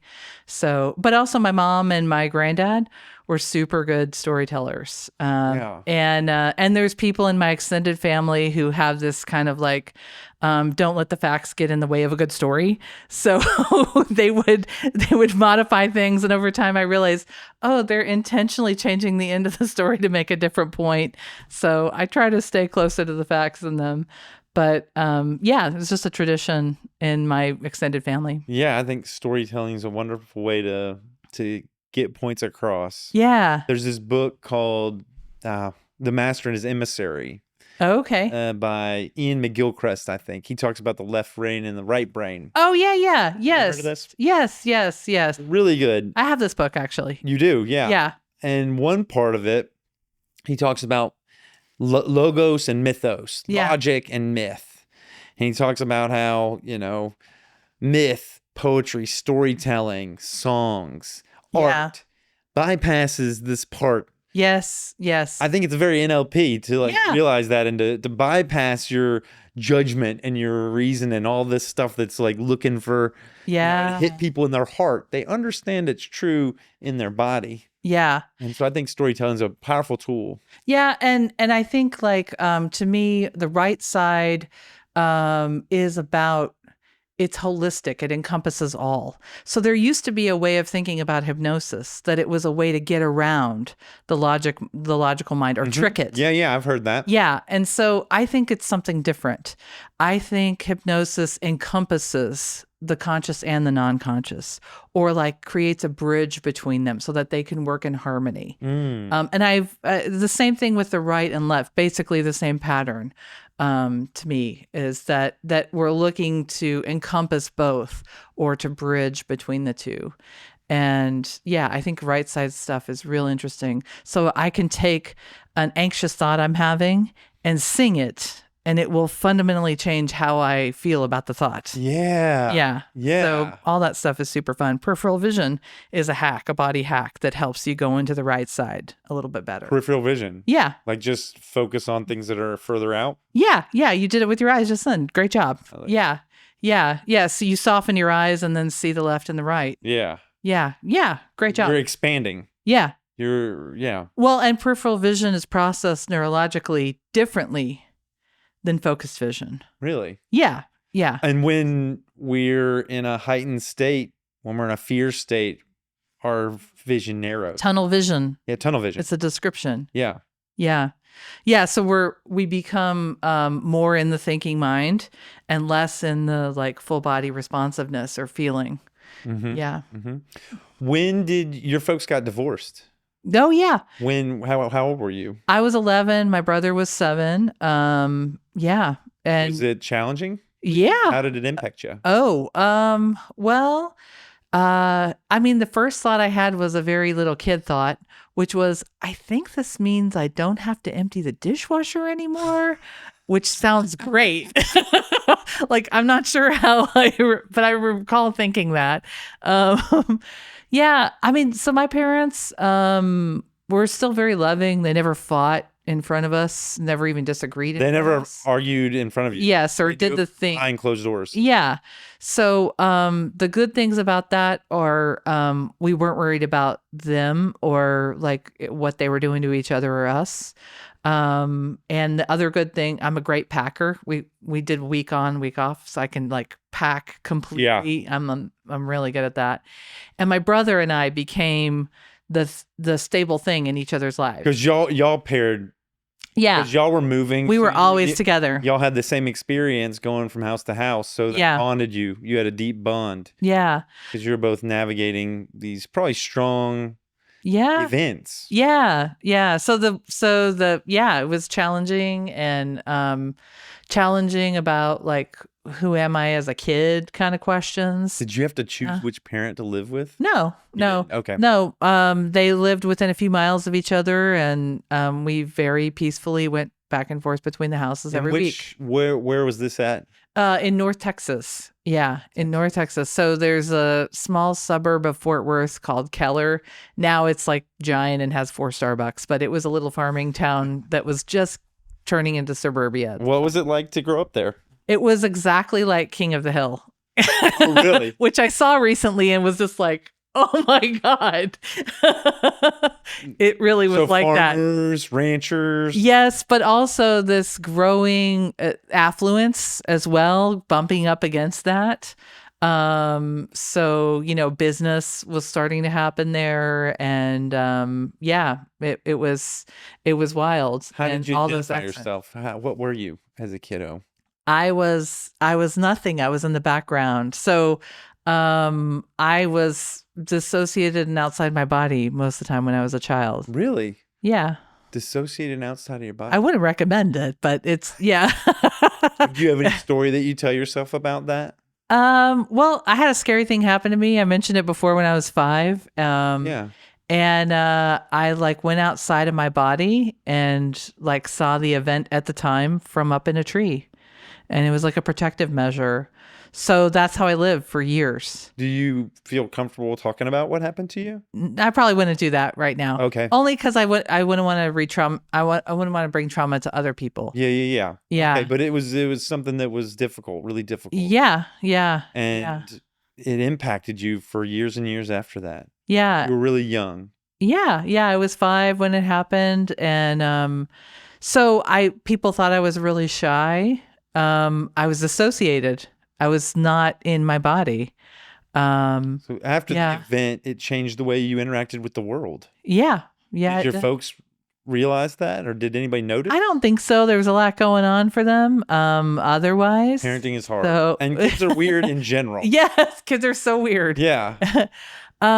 Yeah. So, when I was in my I don't know, 11, 12, 13, 14, somewhere in there, I started coming back in my body more. You did? Not all the time, but I could do it more, and I was more social when I did that. I think I'm a more social person, but when I was removed, I was an observer a lot of the time.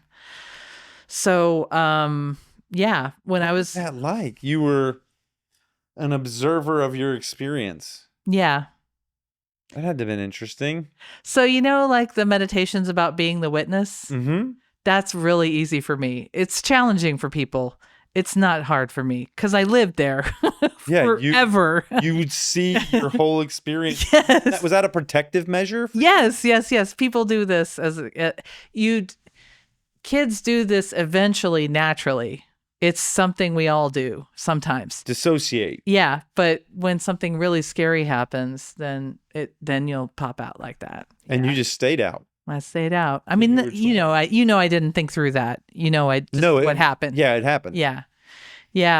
So as I started to come back in my body, I was more social, and I was always an organizer. So when I was 6, I played piano, and I told my mom I wanted to have a recital, and I wrote up a flyer, and we went to Randall's and made copies on red paper, and I took the flyers to all the neighbors as soon as they came home from work and invited them.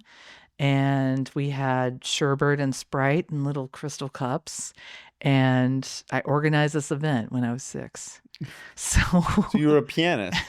I was a pianist, but it was really about the gathering. I was interested in creating a gathering point. And all I knew was like, okay, if you're a kid and you play piano, people have to come to your recital. So really you were an organizer. Yes. You identified with organization. Yeah. Bringing people together. Yeah. For social things. Yeah, exactly. What are other examples of that? So when I became a teenager, I went into, I got scooped up into a church that had like a really active, loving youth minister. That was all about service. And so I started organizing these huge groups of kids, of teenagers, to mow like all the lawns in Keller. Wow. And to do these giant service projects.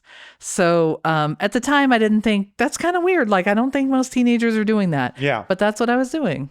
So, so that, and it's funny, I found a few months after I moved to Austin, I made a brochure for a salon where everybody could bring a creative thing that they made.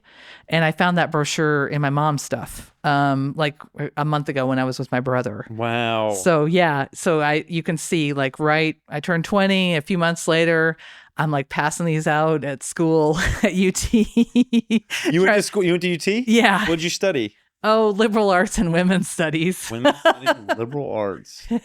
Yeah. And I love the night sky. I love everything about astronomy, and I totally failed astronomy, like an F. Yeah, I didn't do well. You didn't do well. I had come from a small town, and I didn't understand the big classes. So I figured it out eventually. But yeah, that I organized those. And then my friends, Mike Bound and Tom Carroll, that I mentioned earlier about modeling, they created this thing in Austin called the Acorn Alliance. It was a monthly meeting, and there was a speaker on the heart, the hands, and the head. So there were 3 speakers, and it was at this Saigon Kitchen in South Austin. You'd pay a flat amount, they'd feed you whatever, and you get these 3 programs. This is incredible. And Really I'm in cool. touch with many of the people from these circles still to this day. Yeah. And they got tired of doing that at some point. And that's when I started the Austin NLP meetup, because I wanted that continued community. I started it for myself because I want to be part of that ongoing community. So, So when I started taking classes with Tom and Bobby, I took the NLP practitioner class, loved it. And then the next class I assisted, and I brought 5 of my friends because I had started the meetup, and you know, I was like, hey, this is kind of cool. Then the next year I assisted again, and I brought 10 friends. And Tom and Bobby were like, oh, this is like the hardest part of our job. Is Customer acquisition. It's like bringing people in. Yeah. And I did it through community. Heck yeah, community organizing, because you were an organizer. Yeah, exactly. So, you know, I think that's my style, and I've had several people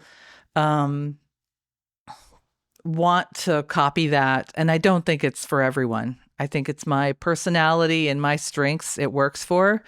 I don't think it's an awesome business plan to make the most money or anything. Yeah. It's just what works for me because it serves my interests of community and participating in it. Being a part of something. Yeah. We're getting close to the end. This time has flown by. Yeah. Thank you for this. This is great. I have a question. Do you currently have a well-formed outcome that you're working on? Oh, yeah. Do you have a goal that you want to see? Oh, A personal one. Oh, a personal one? Or do you have a bunch of them? I have a bunch of them. Yeah. What's one of them? Yeah. Well, I moved to a new place. It's 11 minutes from the trail, the part of the hike and bike trail that I love. So yeah, what I do is I go at least every day or 2. Sometimes I go twice a day. Yeah. So that's something in my mind that that's more of a, what do you call that? Process goal, not an end goal. Yeah. What is it leading to? Yeah. I don't know. Yeah. Just, wherever it takes me. Okay. Yeah.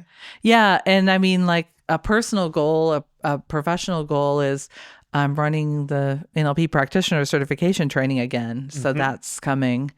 And I want to see that do well with a group that's supportive of each other and loving and smart and, you know, wants to apply it in whatever, you know, a variety of ways. I like diversity in my groups. And that's an in-person group. Oh, yeah. It's an in-person class. In Austin. We're in Austin, Texas. So if you're in Austin, Texas. Oh, yeah. She'd be someone, Katie Raver would be someone to reach out to if you're interested in. Yeah. How long, tell me about the course. How long is it? Oh, okay. Well, some info usually people start by taking one of the beginner classes. One is the NLP starter class. It's a weekend, 2 days, 10 to 5:30 with a big lunch in the middle. So it's an easy weekend. It's not like meant to be intense or to wear you down. It's meant to be learning.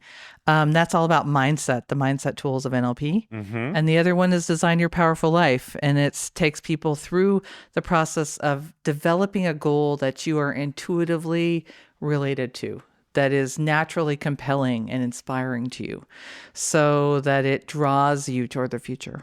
Yeah, those both sound wonderful. They are. They're great. Are they steps towards these practitioner certifications if they were interested in that? That's they're the first 2 modules of 7 for my practitioner certification. People set up their certifications differently. Mine has 7 modules. They're taken 1 weekend every 3 or 4 weeks. So I let people come into the NLP starter and Design Your Powerful Life. They can just drop into one or both. And then if they want to do modules 3 through 7, that's for people who are going to stay and do the whole bit. Yeah. So yeah, it's like that. That sounds really cool. Yeah, thank you. Yeah. It is. I love it. Yeah, and people come around, stick around, take it again, assist it, do the advanced track, all of it. So yeah. Is there anything you feel you'd like to say as we're kind of getting towards wrapping up? Anything that's been unsaid that you'd like to say? Yeah. Well, the modeling bit we did, when you listen back, I just ask that you listen back with an ear toward confidentiality for your family members, Mm. and just take out. I mean, you can leave the structure of everything, especially your experience in there, but if you just know if you need to take anything out that's too personal about them, then do it, Okay, I didn't Yeah. think about that. Yeah. Yeah. Sometimes I don't think about that. I think about authenticity, transparency, and honesty. Yeah. And there also is another piece of respecting someone else's experience. Yeah. Yeah. Right on. I wonder how I would do that. Yeah, with that lens, you'll know what to do if there is anything.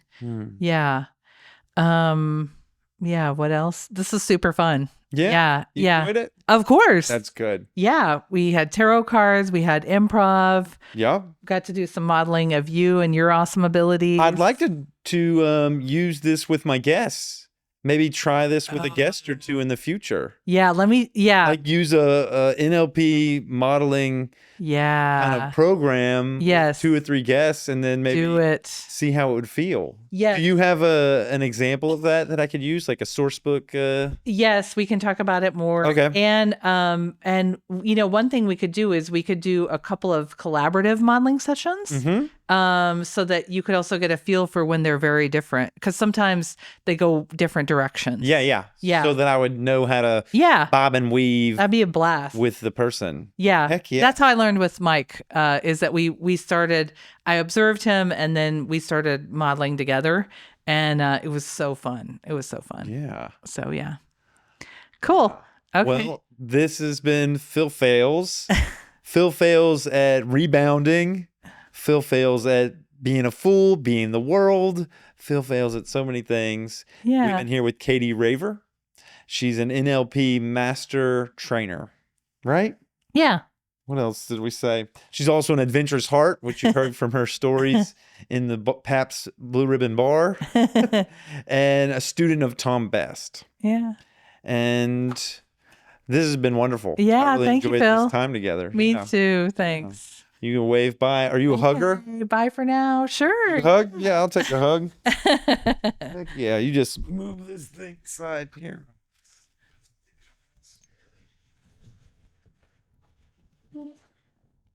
That good? Nice. Yeah, thank you. Oh, thank you, Phil. Lots of care. Yeah.